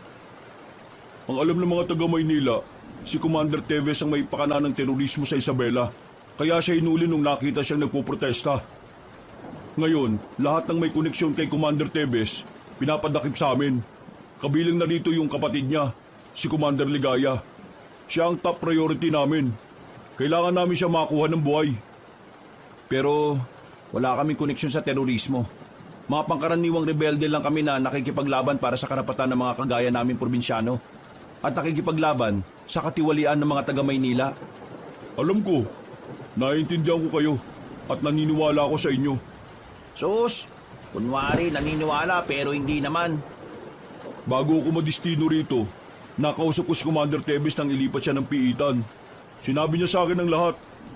At naniwala ka kay Commander Teves kahit pinaghihinalaan siyang utak ng karahasan? Ikaw na sundalo na may maayos na ranggo, naniwala agad sa isang taong kinulong dahil sa maling paratang? Oo, naniwala ko. Dahil si Commander Teves ay dating kaibigan ng lolo ko. Magkakilala si Commander Teves at ang lolo mo? Kalokohan. Paano naman magkakaroon ng kaibigan si Commander Teves na isang sundalo? Alam niyo naman siguro na dating sundalo rin si Commander Teves, di ba? Bago siya ma-discharge sa serbisyo. Marami silang napagdaanan noon sa Visayas. Nawalan lang sila ng koneksyon sa isa't isa nung matanggal si Commander Teves sa serbisyo. Arman, Mukhang yung lolo nga niya siguro yung sinasabi ni Commander Teves no na bukod tagi sa lahat ng sundalo. O sige, anong alias ng lolo mo? Alias Tiger. Eh di siya nga. Totoo mga sinasabi niya. Sapat na bang dahilan yun para pagkatiwalaan niyo na ako? Napabuntong hininga na lamang si Arman. Habang tumatagal, nawawala na ang inis niya sa sarhento. Aminado rin naman siya na kahit papaano ay nakakatulong sa kanila si Sargento Valdez. Mga ilang sandali lang, bumalik na rin ang matandang lalaki. Daladala na nito ang 4 na baso ng kape. May kasama pang kamoting kahoy. Nako, nakalimutan ko magpakilala. Ako nga pala si Roberto. Mang Roberto na lang ang itawag niyo sa akin, ha? Mariposa naman ang pangalan ko. Ito naman si Arman at Epi. Ito, si Sargento Valdez. O siya, sige na. Tikman niyo na yung kape na ito para mainitan na yung sikmura ninyo. Maganda yan ngayon kasi mas lalo pang lumalakas ang ulan eh. Maraming salamat sa pagtanggap niyo sa amin. Pero wala ka bang ibang kasama rito, Manong? Kasama? Eh, meron. Pero wala sila ngayon dito eh. Sa susunod na linggo pa ang balik. Nagbakasyon sila sa bayan eh. Eh, bakit ba? Wala naman. Nabahala lang kasi ako kasi mag-isa lang kayo rito. Eh, may mga aswang pa namang gumagala sa gubat. Eh, hindi nyo kailangan mabahala. Kayang-kaya ko naman ang sarili ko eh. Intindihin nyo mga sarili ninyo. Kasi kayo mga bata pa. Marami pa kayong dapat gawin sa mundo. Magsasalita pa sana si Arman nang bigla na lamang siyang nakaramdam ng pagkahilo. Pagtingin niya sa mga kasama niya ay umiikot na yon sa paningin niya. Natapon na ang kape na iniinom niya. Ilang sandali lang ay nahilo na rin si Mariposa at Epi, habang si Sargento Valdez naman ay nanatili pa rin normal. Manong, anong nangyari sa kanila? Anong nilagay mo sa kape? Kinisa ni Sargento Valdez ang baril at itinutok sa matandang lalaki. Nakita na lamang niyang ngumiti ng malapad si Mang Ruperto para itong nang iinsulto. Babarilin na sana ni Sargento Valdez sa matandang yon na makaramdam na rin siya ng pagkahilo. Gumewang-gewang siya hanggang sa bumagsak na rin sa lapag. Wala na silang alam sa mga sumunod na nangyari. Basta't nagising na lamang sila dahil sa amoy na bulok na nalalanghap nila. Natauhan sila nang mapagtantong nakagapos sila sa 4 na bakal. Sinuyod nila ng tingin ng paligid. Nasa parang malaking kusina sila, pero makikita ang mga dugo sa lapag. Wisit, nasan ba tayo? Bakit parang amoy bulok dito? Tingin ko nasa kusina tayo ng mga aswang. Tingnan niyo mga nasa garapon, oh. Nanlaki ang kanilang mga mata nang mapagtantong ulo ng mga taong nakalagay doon. Masuka-suka si Mariposa sa kanilang nakita. Maging si Sargento Valdez ay hindi rin makapaniwala na nasa ganung uri sila ng lugar. Visit na matandang yun, Naloko tayo. Sabi ko na nga ba eh. Kaya unang tingin ko pa lang hindi na maganda ang pakiramdam ko sa kanya eh. Kasi tingnan mo ilang beses siyang nakakita ng aswang pero palagi siyang nakakaligtas. Walang yang kwento yan. Pambata. Makakatakas din tayo dito. Kailangan lang natin tsumempo. Paano nga tayo makakatakas dito? Kasalanan mo to eh. Kung di sana tayo nakisilong doon, di sana wala tayo dito. Puro ka namang paninisi. Wala ka namang maibigay na magandang solusyon kanina eh. Huwag ka kasing bida-bida. Hindi mo kami tauhan, no? Hindi ako nagbibida-bida. Mukha kasing wala kayong balak mag-isip ng paraan kung paano tayo makakatakas sa mga aswang eh. Tumigil na nga kayo. Nakagapos na nga tayo dito. Ganyan pa rin kayong dalawa. Para naman kayong mga bata eh. Huwag nyo nang sayangin ang lakas nyo sa pakikipagtalo. Ilaan nyo na lang yan para mamaya. Kailangan natin gumamit ng puwersa dahil wala na tayong mga armas eh. Ganito ang gagawin natin. Kapag kinuha nila tayo, papalagan na natin. Wala na tayong magagawa kundi sumugal. Kung hindi tayo susugal baka mailuto tayo dyan. Paano nga tayo papalag kung nakagapos sa mga kamay natin? Bakit? Wala ka ba mga paa? O baka nakaasa ka lang sa kamay mo? Hindi ka ba naturuan gumamit ng paa sa pagsusundalo ninyo? Lahat ng pwedeng magamit natin, gagamitin natin para lang makatakas. Ayoko mamatay dito. Kailangan ko pa makita muli si Commander Teves. Huminga na lamang ng malalim si Arman. Hindi nagtagal, may dumating na 2 lalaki. Sa pilitan nilang hinilang babaeng si Mariposa. Nang makakuha ng pagkakataon si Sargento Valdez, ay bigla itong tumayo. Sinipa niya sa pagitan ng hita ang isang lalaki. Nang namimilipit na yun sa sakit, ay saka sinipa ni Sargento Valdez sa muka gamit ang matigas itong bota. Agad itong nawala ng malay. Samantalang ang isang aswang naman ay nagawang patirin ni Arman. Tumama ang mukha ng aswang sa kanto ng lamesa kaya agad namang itong bumulagta. Ayun, yung kutsilyo! Abutin mo! Sandali lang, wait! Ang layo eh! Ang iksi kasi ng binti mo eh. Ako na! Gamit ang kaliwang paa ay naabot ni Sargento Valdez ang kutsilyo na nahulog mula sa 2 aswang. Nang makuha nila yon, ay pinagsikapan nilang maabot yon ng kamay. Dahil sa sanay na si Sargento sa ganong klase ng senaryo, agad din naman niyang natanggal ang kanilang pagkakagapos. Sumilip sila sa buong kusina. Nakita nilang naroon ang ibang aswang. Kaswal na nagluluto na ang ginagamit na karne ay karne ng tao. Gagapang tayo papunta dun sa labasan na yun. Walang papalpak ha, kasi mamamatay tayong lahat kapag nagkataon. Lalo ka na, Epi. Umayos ka ha. Uy, bakit ako? Manahimik ka na nga. Sinimulan nilang gumapang. Malalaki at mahahaba naman ang mga bakal na lamesang naroon. Kaya nagamit nila yon para ikubli ang mga sarili nila. Pero nang malapit na sila sa labasan, bigla na lang may dumating na aswang na may hawak. Nakita sila ng lalaking yon. Wala na silang choice kundi palaga ng mga naroon. Agad na kinuha ni Arman at Sargento Valdez ang itak na nakasabit. Tinaga nila ang aswang na malapit sa kanila. Habang ang ibang aswang naman na naroon ay agad na ring nagpalit ng anyo. Walang ya! 8 yan! 4 lang tayo! Paano na? Huwag kang anduwag! Kakayanin natin yan! Biglang umatake ang mga aswang. Agad namang humarap si Arman at Sargento. Silang 2 lang kasi ang merong hawak na sandata sa mga sandaling yon. Sa tuwing tatangkain ng mga aswang na lumapit sa kanila, ay winawasiwas nila ng malakas ang hawak nilang itak.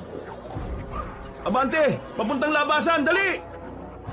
Inunti-unti nilang marating ang pintuan. Pero biglang may humarang doon na isang aswang. Hindi na nagsayang ng pagkakataon si Sargento Valdez. Tumakbo siya papalapit doon at saka hinataw na malakas sa liig ang aswang na yon. Nang makalabas na sila ng gusaling yon, kagubatan ang bumungad sa kanila. Saka lamang nila napagtanto na nakatirik pala yon sa liblib na lugar. Bilisan mo, Epi! Pabagal-bagal ka naman eh! Teka, sandali lang naman! Masakit na yung paa ko eh! Pambihira ka naman talaga oh! Mas binilisan pa nila ang kanilang takbo. Kahit na hindi nila alam kung saan ang tamang direksyon, hindi sila tumigil sa kakatakbo, matakasan lamang ang mga halimaw na humahabol sa kanila. Pero hindi naging madali para sa kanila ang sitwasyon. Kahit tumila na ang ulan, madilim naman ang kanilang nadaraanan. Ilang beses na rin silang nadapa, natalisod at tumama rin ang tuhod nila sa matigas na bagay. Iika-ika mang tumatakbo ay pinagpatuloy pa rin nila ang pagkaripas. Pero nadismaya sila dahil ang halos 5 minutong pagtakas ay nauwi lamang sa wala. Nasa harapan na naman kasi nila ang gusali na pinanggalingan nila. Paikot lang pala ang kanilang dinaanan. Buwisit! Bumalik lang tayo dito eh! Subukan naman natin sa parting yun, bilis! Tutungo na sana sila sa direksyong tinuro ng sundalo, pero dumating ang iba pang aswang. Humarang yun sa daraanan nila, kaya wala silang ibang magawa kundi ang pumasok muli sa gusali. Sinarado nila ang pintuan at tinarangan pa ng bakal na lamesa. Sinarado rin nila ang mga bintana para matiyak na wala makakapasok na aswang. Dito na muna tayo. Delikado sa labas. Na-check ko na. Wala na mga aswang dito. Wala na nga mga aswang dito. Pero ang kasama naman natin eh, yung mga pirapirasong katawan ng mga tao. Nakakasuka. Sikmurain mo na lang. Wala naman tayong ibang choice eh. Kung nasa labas tayo, madali tayong mamamatay. Kung dito, kahit na papano eh, ligtas naman tayo. Ang problema nito, paano kung mas dumami na sila sa labas? Eh di wala na tayong tsansa na makalabas pa rito. Kung may mga baril lang sana tayo, ubos yung mga yan eh. Napabuntong hininga na lamang si Arman. Habang naririnig nilang kinakalabog ng mga aswang ang bakal na pintuan. Nagawa na rin nilang maging kalmado. Hindi na lang nila pinansin ang amoy, pati na rin ang nakikita nilang nakalatag lang sa mahabang lamesa. Hindi pa rin ako makapaniwala na nasa ganitong sitwasyon tayo. Lintik ng mga aswang yan. Kahit di naman kami, nabigla rin. Ang tagal na kasi namin gumagala-gala sa mga kagubatan. Pero ngayon lang namin ito naranasan eh. Hindi rin ako naniniwala sa mga aswang noon. Hanggang sa ako na mismo ang nakakakita. Sabi ko naman kasi sa iyo noon, di ba? Totoo mga aswang. Alam kong hindi kasama sa mga misyon natin itong mga aswang na to. Pero tingin ko, kailangan din natin silang ubusin. Malaking sagabal sila sa mga gusto nating gawin eh. Dahil naghahari sila sa kagubatan. Yung matandang si Mang Ruperto, pasasabugin ko ulo nun kapag nakita ko siya ulit. Hindi ko matanggap na nagawa niya tayong lokohin. Ang sabi nga nila, ang pinakamagaling daw na sinungaling mga taong masyadong nagmamalasakit. Sino naman ang nagsabi niyan? Sila, di ko alam. Imbento. Pero seryoso, makakalabas pa ba tayo dito? Mahirap sagutin ang tanong na yan sa ngayon. Pero hintayin na lang natin sumikat ang araw. Ilang oras na lang naman. Baka mamayang umaga magkaroon ng himala at makatakas tayo dito. Baka sa mukha nilang apat ang pagod, takot at pangamba. Napasandal na lang sila sa dingding habang nakaupo. Nakikinig lang sila sa mga aswang na nagpupumilit makapasok sa kusinang yon. Sarento, kasama niyo ba si Major Galang kanina? Oo, babalik na siya at aalis na ako sa duty. Pero dahil sa pananambang nyo, hindi ko alam kung ano nang mangyayari. Alam mo kung gaano katiwali si Major Galang. Tanong ko lang, bakit hindi mo siya ilaglag? Madali lang sabihin na ilaglag siya. Pero yung magiging kapalit ng ganong klase ng aksyon, yun ang mahirap. Marami akong kamag-anak. Marami akong kakilala na maaaring madamay kapag binalikan nila ako. Kaya nga kailangan ko rin kayo. Kasi hindi ko magagawang panagutin si Major Galang kung ako lang. Mas masaal pa sa aswang si Major Galang. Hindi ko makakalimutan ang kahayupan na ginawa niya sa mga baryong pinupuntahan niya. Narinig ko na ang kwento sa ganyang gawain ni Major Galang. Pero wala naman ako magawa. Masyadong malakas ang impluwensya niya para ibunyag lahat ng baho niya eh. Makakahanap din ng katapat niyang Major Galang na yan. Si Major Galang ang ani sa militar. Sinisira niya ang utak ng mga bago at ginagawa niyang personal na tauhan. Kailangan niyang mawala sa pwesto. Masaya ako na pareho natin gustong mapanagot si Major Galang. Ngayon, naniniwala na akong iba ka nga talaga sa mga kabaro mong siraulo. Marami pa matitinong sundalo at pulis na kagaya ko. Karamihan sa kanila, pareho kong walang kapangyarihan ng boses. Kaya nag-aabang na lang kami ng kakampi para makapagsalita. Kaya kailangan natin makaalis dito. Kailangan natin makaligtas para maisigawa natin ang gusto natin mangyari. Ang tanong, paano tayo makakalis dito? Tingnan niyo yung mga aswang sa labas oh. Parang mga gutom na gutom eh. Biglang namayani ang katahimikan. Parang may dumaan na anghel. Tumahimik din ang mga aswang sa labas sa hindi nila malamang dahilan. Pero hindi pa rin sila lumalabas. Pakiramdam kasi nila ay patibong lamang yon. Nanatili lang sila sa loob. Pinapakiramdaman ng paligid. Mga ilang sandali lang, narinig na nila ang pamilyar na boses ng matanda. Nanggigil agad si Arman. Gustong-gusto niyang gantihan si Mang Ruperto pero kinakalma na lamang niya ang sarili. Buksan niyo ang pinta! Hindi dapat kayo nagluluto dyan! Hoy, siraulo matandang aswang! Kapag naawakan kita, bibigwasan kita para ma-dislocate yung mga ribs mong marupok. Kung hindi kayo lalabas dyan, kami na lang ang kusang papasa. Sige, subukan niyong pumasok. Makikita niyong hinahanap niyo. Kahit buksan niyo ito o hindi, mamamatay pa rin kayo. Kaya kung ako sa inyo, tanggapin niyo na lang ang kamatayan niyo para wala na tayong maging problema. Siraulo ka pala talaga eh. Anong tingin mo sa amin, mga tanga? Hindi mo kami madadala sa mga ganyan mong mga salita, no? Lumabas na kasi kayo dyan. buksan nyo na ang pinto at pag-usapan natin kung anong luto ang pwede sa mga karne at laman loob din niya. Ay, siya nga pala, Sargento. Narinig mo ba ako? Gusto ko lang sabihin sa iyo na pinapahanap ko si Major Galang.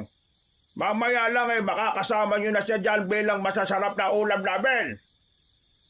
Ano kailangan nyo kay Major Galang? Ay, wala naman. Gusto ko lang maningil sa ginawa niyang pagkamkam sa lupain ng mga angkan ko. Ang bihira si Major Galang ha. Ang dami naman niyang kaaway. Kayo mga sundalo kayo. Mga wala kayong kwenta. Konsentidor. Hinahayaan nyo lang na magawa ni Major Galang ang mga gusto niya. Wala siyang pakialam kahit makaperwisyo sa buhay ng iba. Kung si Major Galang lang pala ang kailangan nyo, bakit pati kami nandito? Wala naman dapat akong pakialam sa inyo Pero kayong lumapit sa akin. Kaya naman, isasabay ko na lang din kayo sa mga kain namin para sa salo-salo namin mamayang alas 3. Dami mo namang sinasabi. Tingnan natin kung makapasok kayo rito. Paano kung sunugin ko na lang kayo dyan para lumabas kayo? Sunugin? Kaya mo bang masunog ang mga imbakan yung pagkain dito? Mukhang dito yata imbakan nyo Buwisit talaga ang mga tao kahit na kailan no? Mga buwisit kayo! O ano, hindi mo rin kaya, di ba? Biglang nanahimik ang matanda sa labas. Mga ilang sandali lang, biglang kumalubog ng paulit-ulit ang pintuan. Sinusubukan ng mga aswang na makapasok sa loob. Pero dahil masyado mabigat ang mga nakaharang at meron ding kandado makapal, walang magawa ang mga yon kundi umangil ng umangil. Walang magagawa ang mga yan, mapapagod na lang sila. Noong mga sandaling yon, naging kampante silang hindi na sila mapapasok ng mga aswang. Napapabuntong hininga na lamang si Arman. Kahit kasi nasa ligtas na lugar sila, wala naman silang kasiguraduhan kung makakalabas pa sila roon. Walang ibang paraan para takasan ng mga aswang. Bagay na nagdudulot ng kawalan ng pag-asa sa kanila. Makalipas ng ilang oras, sumapit na rin ang alas 5 na madaling araw. Wala silang naririnig na tilaok ng manok sa labas. Pero naririnig nila ang mga aswang na umaalulong na parabang mga aso. Pagkatapos sa mga alulong na yon, bigla silang napatayo sa kanilang narinig. May nagratrat ng baril sa labas. Naririnig din nilang nagpulasan ng mga aswang. Pero karamihan sa mga yon ay nakipagsabayan kaya mas sumaba ang pagpapaputok ng baril. Ha? Ano yun? Baka mga kasama ninyo. Di ba yung mga kasama namin nakaharap nila Major Galang? Paano sila makakarating dito? Sumilip sila sa kaunting uwang sa bintana. Nakita nila ang mga armadong lalaki sa labas na nakasuot ng uniformeng kagaya ng kay Sargento Valdez. Nung una ay nakaramdam sila ng tuwa dahil may pag-asa na ring makalabas sila. Mga sundalo, kasamaan mo, Sargento. Teka lang, kung mga sundalo sila, mayayari tayo. Itong sargento lang ang baka iligtas. Sargento, anong gagawin namin? Baka patayin kami ng mga yan. Hindi, akong bahala. Hindi kayo gagalawin ng mga yan. Nang tumigil na ang putukan sa labas, nagkaroon na sila ng lakas ng loob na buksan na ang pinto. Bumungad sa kanila ang mga aswang na nakahilata sa lapag. Pero wala sa mga yon ang matandang si Ruperto. Si Sargento Valdez to! Hindi kami kalaban! Natrap kami sa loob dahil sa mga nilalang na yan! Agad na nagbaba ng baril ang mga sundalo. Nakahinga na sana sila ng maluwag nang biglang kasama pala ng mga yon si Major Galang. Lumabas yun mula sa likuran nila. Nakangiti na parabang nang iinsulto. Nagsarado ang kamao ni Arman noong mga oras na yon. Gustong gusto niyang patayin si Major Galang.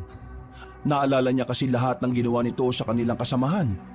Pero hinawakan siya ni Mariposa sa balikat at pinakalma. Huminga na lamang siya na malalim. Sargento! Narito ka pala. Mabuti na lang at nakita kita. Yung mga kasamaan ba natin, nasaan na? Sir, nadali po sila ng mga aswang, sir nadali ng mga aswang. Sino naman itong tatlo na ito? Hindi ko sila kilala. Tinulungan lang nila ako makatakas sa mga aswang, sir. Isang malakas na suntok ang bigla na lamang dumapo sa mukha ni Sargento Valdez. Nagulat sila Arman sa ginawa ng matandang sundalo. Hindi pa nakontento si Major Galang, hinawakan nito si Sargento Sacuello saka sinampal ng malakas. Sa puntong ito ay nakaramdam na rin siya ng pagkahilo. Akala mo ba wala akong alam? Kilala ko mga yan. Mga rebelde ang kasama mo. Paano mo sila nagawang tulungan? Kaya nga tayo nasa kagubatan para tugisin ang mga kagaya nila. Isa kang traidor! Hindi totoo na miyembro ng teroristang grupo si Commander Tebes. Ha? Anong pinagsasasabi mo? Pakawalan niyo na siya. Yun lang naman ang pinaglalaban ng mga rebeldeng kasama ko eh. Hindi sila pumapas lang ng mga inosenteng tao. Kaya manahimik ka! Tinraidor mo ang tungkulin mo! Isa na namang malakas sa suntok sa sikmura ang ginawa ni Major Galang kay Sargento Valdez. Major Galang, iba sila sa iniisip mo. Hindi sila nagsisimula ng daas. Hindi sila gaya ng mga rebeldeng inuugnay nyo sa mga terorista. Kaya pakawalan mo na sana kung ano man ang hinihiling nila. Kasi yun lang naman ang dahilan kung bakit sila naging rebelde. Illegal niyong kinuha ang commander nila kahit na wala namang masamang ginagawa. Ha! Pagito ka, Sargento. Wala ka talagang alam sa mga ganitong bagay. Bukod sa taksil ka, isa ka rin malaking kahihiyan. Wala ka ng halaga sa akin ngayon.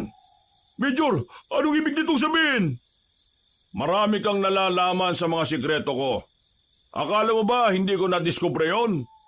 Kaya naman itutumba na lang kita. Total, wala ka naman ng silbi sa akin. Sumama ka na sa impyerno. Magsama-sama na kayo. Sandali lang, Major. Wag naman ganito. Kung pakikinggan mo lang ang hinaing nila, maintindihan mo na hindi naman talaga sila masasamang tao. Wala akong pakialam sa mga rebeldeng yan. Kayang-kaya kong patayin ang mga yan. Laglagan ko lang ng bomba ang kuta nila, wala na yan. Ikaw ang pakay ko. Dahil alam kong kakanta ka. Kaya hindi na kita bibigyan ng mikropono. Dito ka natutumba. Natigil ang pagtawa ni Major Galang nang biglang dumating ang mga panibagong hukbo ng aswang. Kasama ng mga yon ang pinunong si Mang Ruperto. Nang umatake ang mga yon, sinamantala na ni Arman ang pagkakataon. Sinuntok niya sa batok si Major Galang. Nang mapayuko yun ay tinulak niya yun sa gilid. Nakakuha ng pagkakataon para makatakbo sila Arman patungo sa likuran ng gusali. Nagkakagulo ang mga sundalo at mga aswang. Hindi naman sila makaalis agad dahil masyadong delikado. Kailangan natin makakuha ulit ng armas. Ako na lang. Dito na lang kayo. Ako ang kukuha ng armas natin. Mabilis ako. Sige, mag-iingat ka. Bilisan mo! Habang abala ang mga aswang at sundalo sa labanan, pasimpleng tumakbo si Epi patungo sa mga bangkay ng ibang sundalo na naroon. Pero 3 baril lang ang nakuha niya. Nakabalik naman si Epi pero hindi agad sila umalis. Inobserbahan muna nila ang sitwasyon. Habang nakatago sila, ay narinig pa nila ang usapan ni Major Galang at ng pinuno ng mga aswang na si Mang Ruperto. Ay, Major Galang. Buti naman at hindi mo na ako pinahirapan pang hanapin ka. Naalala mo pa ba ako, ha? Hindi kita kilala. Anong pakialam ko sa iyong aswang ka? Malamang hindi mo na ako maalala. Kasi matapos mong kamkamin ang lupa ng angkan ko, kinalimutan mo na ang lahat. Pwes, ngayon ipapaalala ko sa iyo ang lahat ng ginawa mo. Ang dami mong sinasabi! Lamunin mo to! Arman, paano kapag namatay si Major Galang? Paano na natin may lalabas si Commander Tebes? Kailangan nating mailayo si Major Galang. Kailangan natin siyang makuha ng buhay. Hindi na. Mas malalagay sa alanganin ng buhay natin kapag ginawa natin yon. Naiba ka na ba? Kaya nga tayo narito para kunin si Major Galang eh. Kasi siya lang ang makakapagpatunay na walang kasalanan si Commander Tebes. Hindi nyo na kailangan si Major. Tutulungan ko kayo. Titistigo ko kung kinakailangan. Sa ngayon, ang isipin na lang natin kung paano tayo makakaalis dito. Muli silang napalingon sa mga nagkakagulo. Kapansin-pansin na nadedehado na ang mga sundalo habang tumatagal. Pero hindi pa rin nila magawang makaalis. Kaya naghintay pa sila ng ilang minuto. Nang marinig nilang sumigaw ng malakas si Major Galang, napalingon sila ulit doon. Nakita na lang nilang nasa ibabaw na si Mang Roberto. Kinakalmot-kalmot ang matandang sundalo. Walang kalaban-laban si Major Galang. Noong mga sandaling yon, batid nilang yun na rin ang katapusan ng buhay ng sundalong punong-puno ng kasamaan sa katawan. Move! Move! Move! Kailangan na natin makalis dito, dali! Abang-abala pa silang lahat! Maingat silang naglakad paalis. Walang kamalay-malay ang mga aswang. Pero kahit na medyo nakalayo na rin sila, ay hindi nila magawang makampante. Hanggat liblib ang lugar na kanilang kinalalagyan, pakiramdam nila, anumang oras ay masusundan sila ng mga nilalang. Teka lang. Yung pa ako, sobrang sakit na. Lintik naman oh. Ano ba nangyari dyan? Nang tingnan nila ang paa ni Epi, nakita nilang namabaga na ang sugat. Nagkukulay ubi na rin dahil ilang beses na rin yung nalamog. Kaya mo pa bang maglakad? Oo, kaya ko pa naman. Pahinga lang ng konti. Kulay ubi ng paa mo. Pero hindi naman dumudugo. Kailangan makalabas ang dugo para kahit papano mawala ang pamamaga. Teka, Sargento, anong gagawin mo? Bubutasan ko lang ng konti yung maga para makalabas yung mga dugo. Ha? Ganyan ba tinuro sa army? Hindi. Pero huwag ka na makulit. Kailangan natin tong gawin. Baka mas lalong ma-impeksyon yan. Kahit na nagdududa si Epi sa sinasabi ni Sargento Valdez, ay sumunod na lang din ito sa sundalo. Napasigaw na lamang sa sakit si Epi nang butasan ng sarhento ang kanyang paa. Pero maya-maya lang, naramdaman ni Epi na parang nabawasan ng kaunti ang sakit. Maraming salamat, Sargento ah. Walang anuman. Saan na ba tayo ngayon? Diretsuin na lang natin to. Hindi naman natin to nadaan kanina eh. Kakagat na rin naman ng liwanag. Inalalayan na lang nila si Epi at saka nag-umpisa na rin maglakad-lakad. Hindi nagtagal, tuluyan na ngang nag-umaga. Dahil maliwanag na ang paligid, ay agad na rin naman nilang nakita ang kalsada. Nagmamadali silang tumungo roon sa pagbabaka sakaling may mapapadaan na sasakyan. Pero sa kasamaang palad, wala ni isang sasakyan ang lumitaw. Kaya naman, wala silang magagawa kundi ang lakarin ng kahabaan ng kalye. Dakong 9:00 ng umaga, meron na silang narating na maliit na komunidad. Agad silang pumasok doon at dahil naka-uniforme pang sundalo si Sargento Valdez, ay madali silang nilapitan ng mga tao. Tinulungan sila ng mga yon. May nagmagandang loob sa kanila na patuloyin sa bakanting bahay. Ay, salamat naman. May mapagpapahingahan na rin tayo. Arman, anong ginagawa mo dyan sa pintuan? Nagmamasid. Wala akong tiwala sa mga nandito. Ayoko na maulit yung nangyaring panluloko sa atin ni Mang Ruperto. Pambira ka naman oh. Tinulungan na nga tayo eh. Tama lang ang ginagawa niya. Mas mainam lang sigurado tayo kaysa mabiktima na naman tayo. Na mga sandaling yon, nakapagpahinga sila kahit na papaano. Pero hindi nila magawang makatulog. Parang kada 10 minuto kasi ang may darating na tao para kumustahin sila. Ang pagpapahingang yon ay inabot ng gabi. Alam naman na nila ang daan patungo sa sakayan. Pero hindi agad sila makaalis dahil biglang inapoy naman ng lagnat ang lalaking si Epi. Inasikaso na muna nila ang binata. Pero hindi nila inakala na ang pananatili pala nila roon ay mauuwi na naman sa panganib. Bandang 8:00 ng gabi, narinig na lamang nilang natataranta na ang mga tao sa labas. Pagsilip na mariposa, nagulat na lamang silang lahat nang makitang paparating na ang mga aswang. Pinanggungunahan yun na matandang si Ruperto, na sa mga sandaling yon, kulay itim na ang buong katawan. Ang buhok naman ito ay may kahabaan ng bukod tanging kulay puti. Nagtakbuhan ng mga tao at sinisigaw ang salitang gabunan. Base sa pagkakaunawa nila, ang gabunan ay isang uri ng aswang. Kaya ng mga sandaling yon, hindi na nagsayang ng oras sila Arman. Lumabas na rin sila ng bahay at niratrat ng bala ang mga nilalang. Hindi inaasahan ng mga aswang na may daladala silang baril kaya karamihan sa mga yon ay hindi na rin nakailag pa. Dahil sa kanilang kausayan sa paghawak ng baril, naubos na agad nila ang mga aswang. Pero isa lang ang hindi nila nakita noong mga sandaling yon. Nawawala si Mang Ruperto. Ubus na ang bala nila kaya kinakabahan sila sa mga susunod na mangyayari. Kailangan na natin umalis dito, Arman. Buhatin mo na si Epi. Inuutusan mo ba ako? Oo, inuutusan kita. Kung hindi, maiiwan at mamamatay ang kaibigan nyo. Papasok na sana ng bahay si Arman nang biglang dumating si Mang Ruperto. Dinakma nito si Arman sa ulo at saka binalibag sa pader ng kabilang bahay. Malakas ang pagkakabagsak ni Arman kaya hindi agad dito nakatayo. Hindi naman nagpatinag si Sargento Valdez. Gamit ang mahabang baril ay pinalo nito sa ulo si Mang Ruperto. Pero tila wala namang yung talab sa aswang na gabunan. Tumingin yun sa kanya na masama at saka sinipa siya ng malakas. Hindi pa nakontento matandang aswang, kinuha sa ulo at saka hinamipano sa pader. Kayong mga sundalo ang dapat na hindi nabubuhay sa mundong ito eh. Dahil wala kayong ibang kayang gawin kundi ang sumunod lang sa utos ng amo ninyo. Pinagsusuntok ni Mang Ruperto si Sargento Valdez. Kakaiba ang lakas ng suntok ng aswang kaya kahit malaki ang katawan ni Sargento Valdez, ay ramdam na ramdam niya yun. Kayo ang tunay na salat! Kayo ang tunay na gumugulo sa buhay ng iilan! Mga alagad ng batas o alagad ng mga tiwaling tao!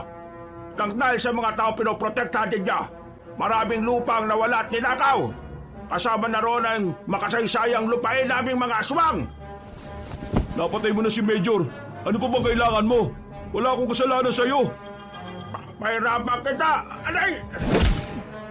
Pinalo ni Mariposa ng baril sa bandang batok ang matandang aswang. Tinablan yun ng bahagya. Mahilo-hilo yun nang dumistansya yun sa kanila. Sinundan pa ulit na Mariposa ng pag-atake. Tinamaan niya yun sa mukha. Nang makabangon naman si Arman, hindi ito nagdalawang isip. Kinuha nito ang sariling baril at saka hinambalos din si Mang Ruperto. Duguan na ang mukha ng matandang aswang.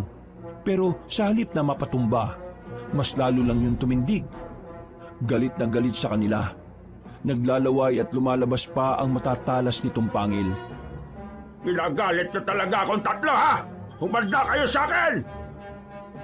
Gumapang na mabilis si Mang Ruperto at lumundag naman ng mataas. Nang makarating yun sa kanilang likuran, una nitong hinila ay si Sargento Valdez. Agad namang rumispondi ang dalawa. Pero sa galit ng aswang, bugbog lang ang kanilang inabot. Naagaw sa kanila ang kanilang mga baril. Sinubukan naman nilang makipagsabayan ng suntok. Ang kaso nga lang, hindi naman sila makatama. Masyado mabilis makailag ang aswang na yon. Sargento, ikaw ang inuunan niyang paslangin. Kaya umalis ka na. Kami nang bahala rito. Hindi ko kayo iiwan dito. Magkakasama natin tong inumpisahan. Magkakasama rin natin tong tatapusin. Ang tigas din pala ng kukote mo no?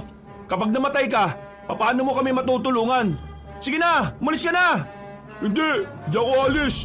Sasama ko kayo hanggang dulo. Anong pinag-uusapan niyo dyan? Nilapitan sila ni Mang Ruperto. Sinubsob ang mukha ni Sargento Valdez sa lapag. Habang si Arman naman ay sinipa lang palayo. Hindi ko inakala na papahirapan niyo ako ng ganito Pero ngayon, tatapusin na kita binatang sundalo. Ikaw ang matatapos ngayon, tanda!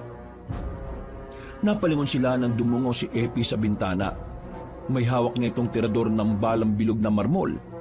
Pinatamaan ni Epi sa noo si Mang Ruperto. Sinamantala naman ni Arman ang pagkakataon. Dinampot niya ang mahabang kutsilyo ni Sargento na nalaglag sa lupa. Sinaksak ni Arman ang kutsilyo sa kaliwang dibdib ni Mang Ruperto. Hindi pa nakontento si Arman, sinundan niya pa yun ng maraming saksak para makasigurong hindi na yun mabubuhay pa. Hindi ito maaaring mangyari. Hindi ako pwedeng matalo. Tuluyan ang bumagsak ang matandang aswang. Naghihingalo pa ito. Nakatingin sa kanila. At kahit na nag-aagaw buhay na ito, tila gusto pa rin silang kainin ni Mang Ruperto. Kayo nabaw na sa impyerno, Mang Ruperto. Malas mo. Nagtagpo ang mga landas natin. Epi, ayos ka lang? Ayos lang ako. Pero masama pa rin ang pakiramdam ko Wala na to. Patay na tong aswang na to.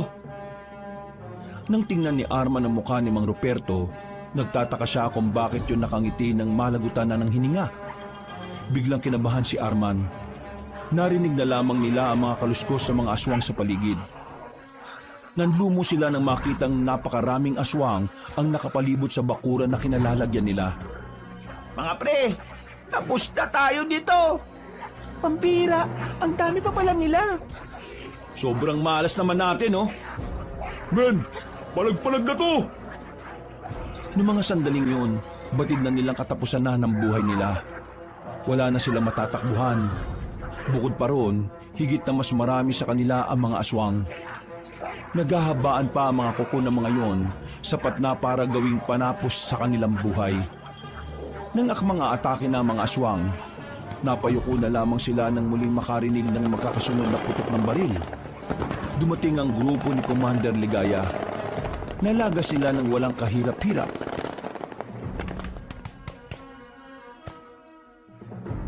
Mabuti na lamang at nadaanan namin ang lugar na ito. Hindi ko inakala na narito kayo. Pero ang mahalaga, ligtas kayong tatlo. Ay, teka. Sino ang isang ito? Sundalo to ah.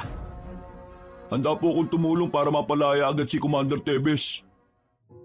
Napangiti na lamang si Commander Ligaya sa narinig nito. Nang matapos ang labanan, tinupad ni Sargento ang pangako nito kina Arman. Gumawa ito ng kasulatan para formal na ihain ang pagiging inosente ni Commander Tebes. Hindi man agad napalaya ang dating commander, kahit na papaano ay masaya ang kalooban ni Arman. Nararamdaman niya kasing may maganda nang nangyayari sa sistema. Pasensya na kayo Kailangan kong bumalik sa Maynila. Aasikasuhin ko lang muna yung pagpapalaya kay Commander Tebes. Kailangan ko lang kumalap ng mga katibayan na hindi nga siya parte ng kahit na anong terorista. Maraming salamat, Sargento Aasahan namin yan. Sargento, balik ka rito sa susunod ah. Parang idol na kita. Balik ka. Hinatid na nila sa sakayan ng bus si Sargento Valdez. Kumuway pa yon sa kanila bago tuluyang umandar ang sinasakyan nito. Mula nang mawala sa mundo si Major Galang, binuwag na rin nila ang samahan bilang mga rebelde. Isinuko nila ang mga armas sa gobyerno. Nagkaroon ng usapang pangkapayapaan. At matapos lang ang halos isang taon, muling nakalaya ang dating commander na si Tevez. Ang mga aswang naman ay hindi na kailanman nakita sa kanilang probinsya. Indikasyon lamang yon na tuluyan na nga nilang nalagas ang angkan at lahi ng mga salot na nilalang. Sa ngayon, simple na ang pamumuhay ni Arman. Masaya na siya dahil sa wakas, buo na ulit ang itinuturing niyang pamilya at kayamanan. Wakas,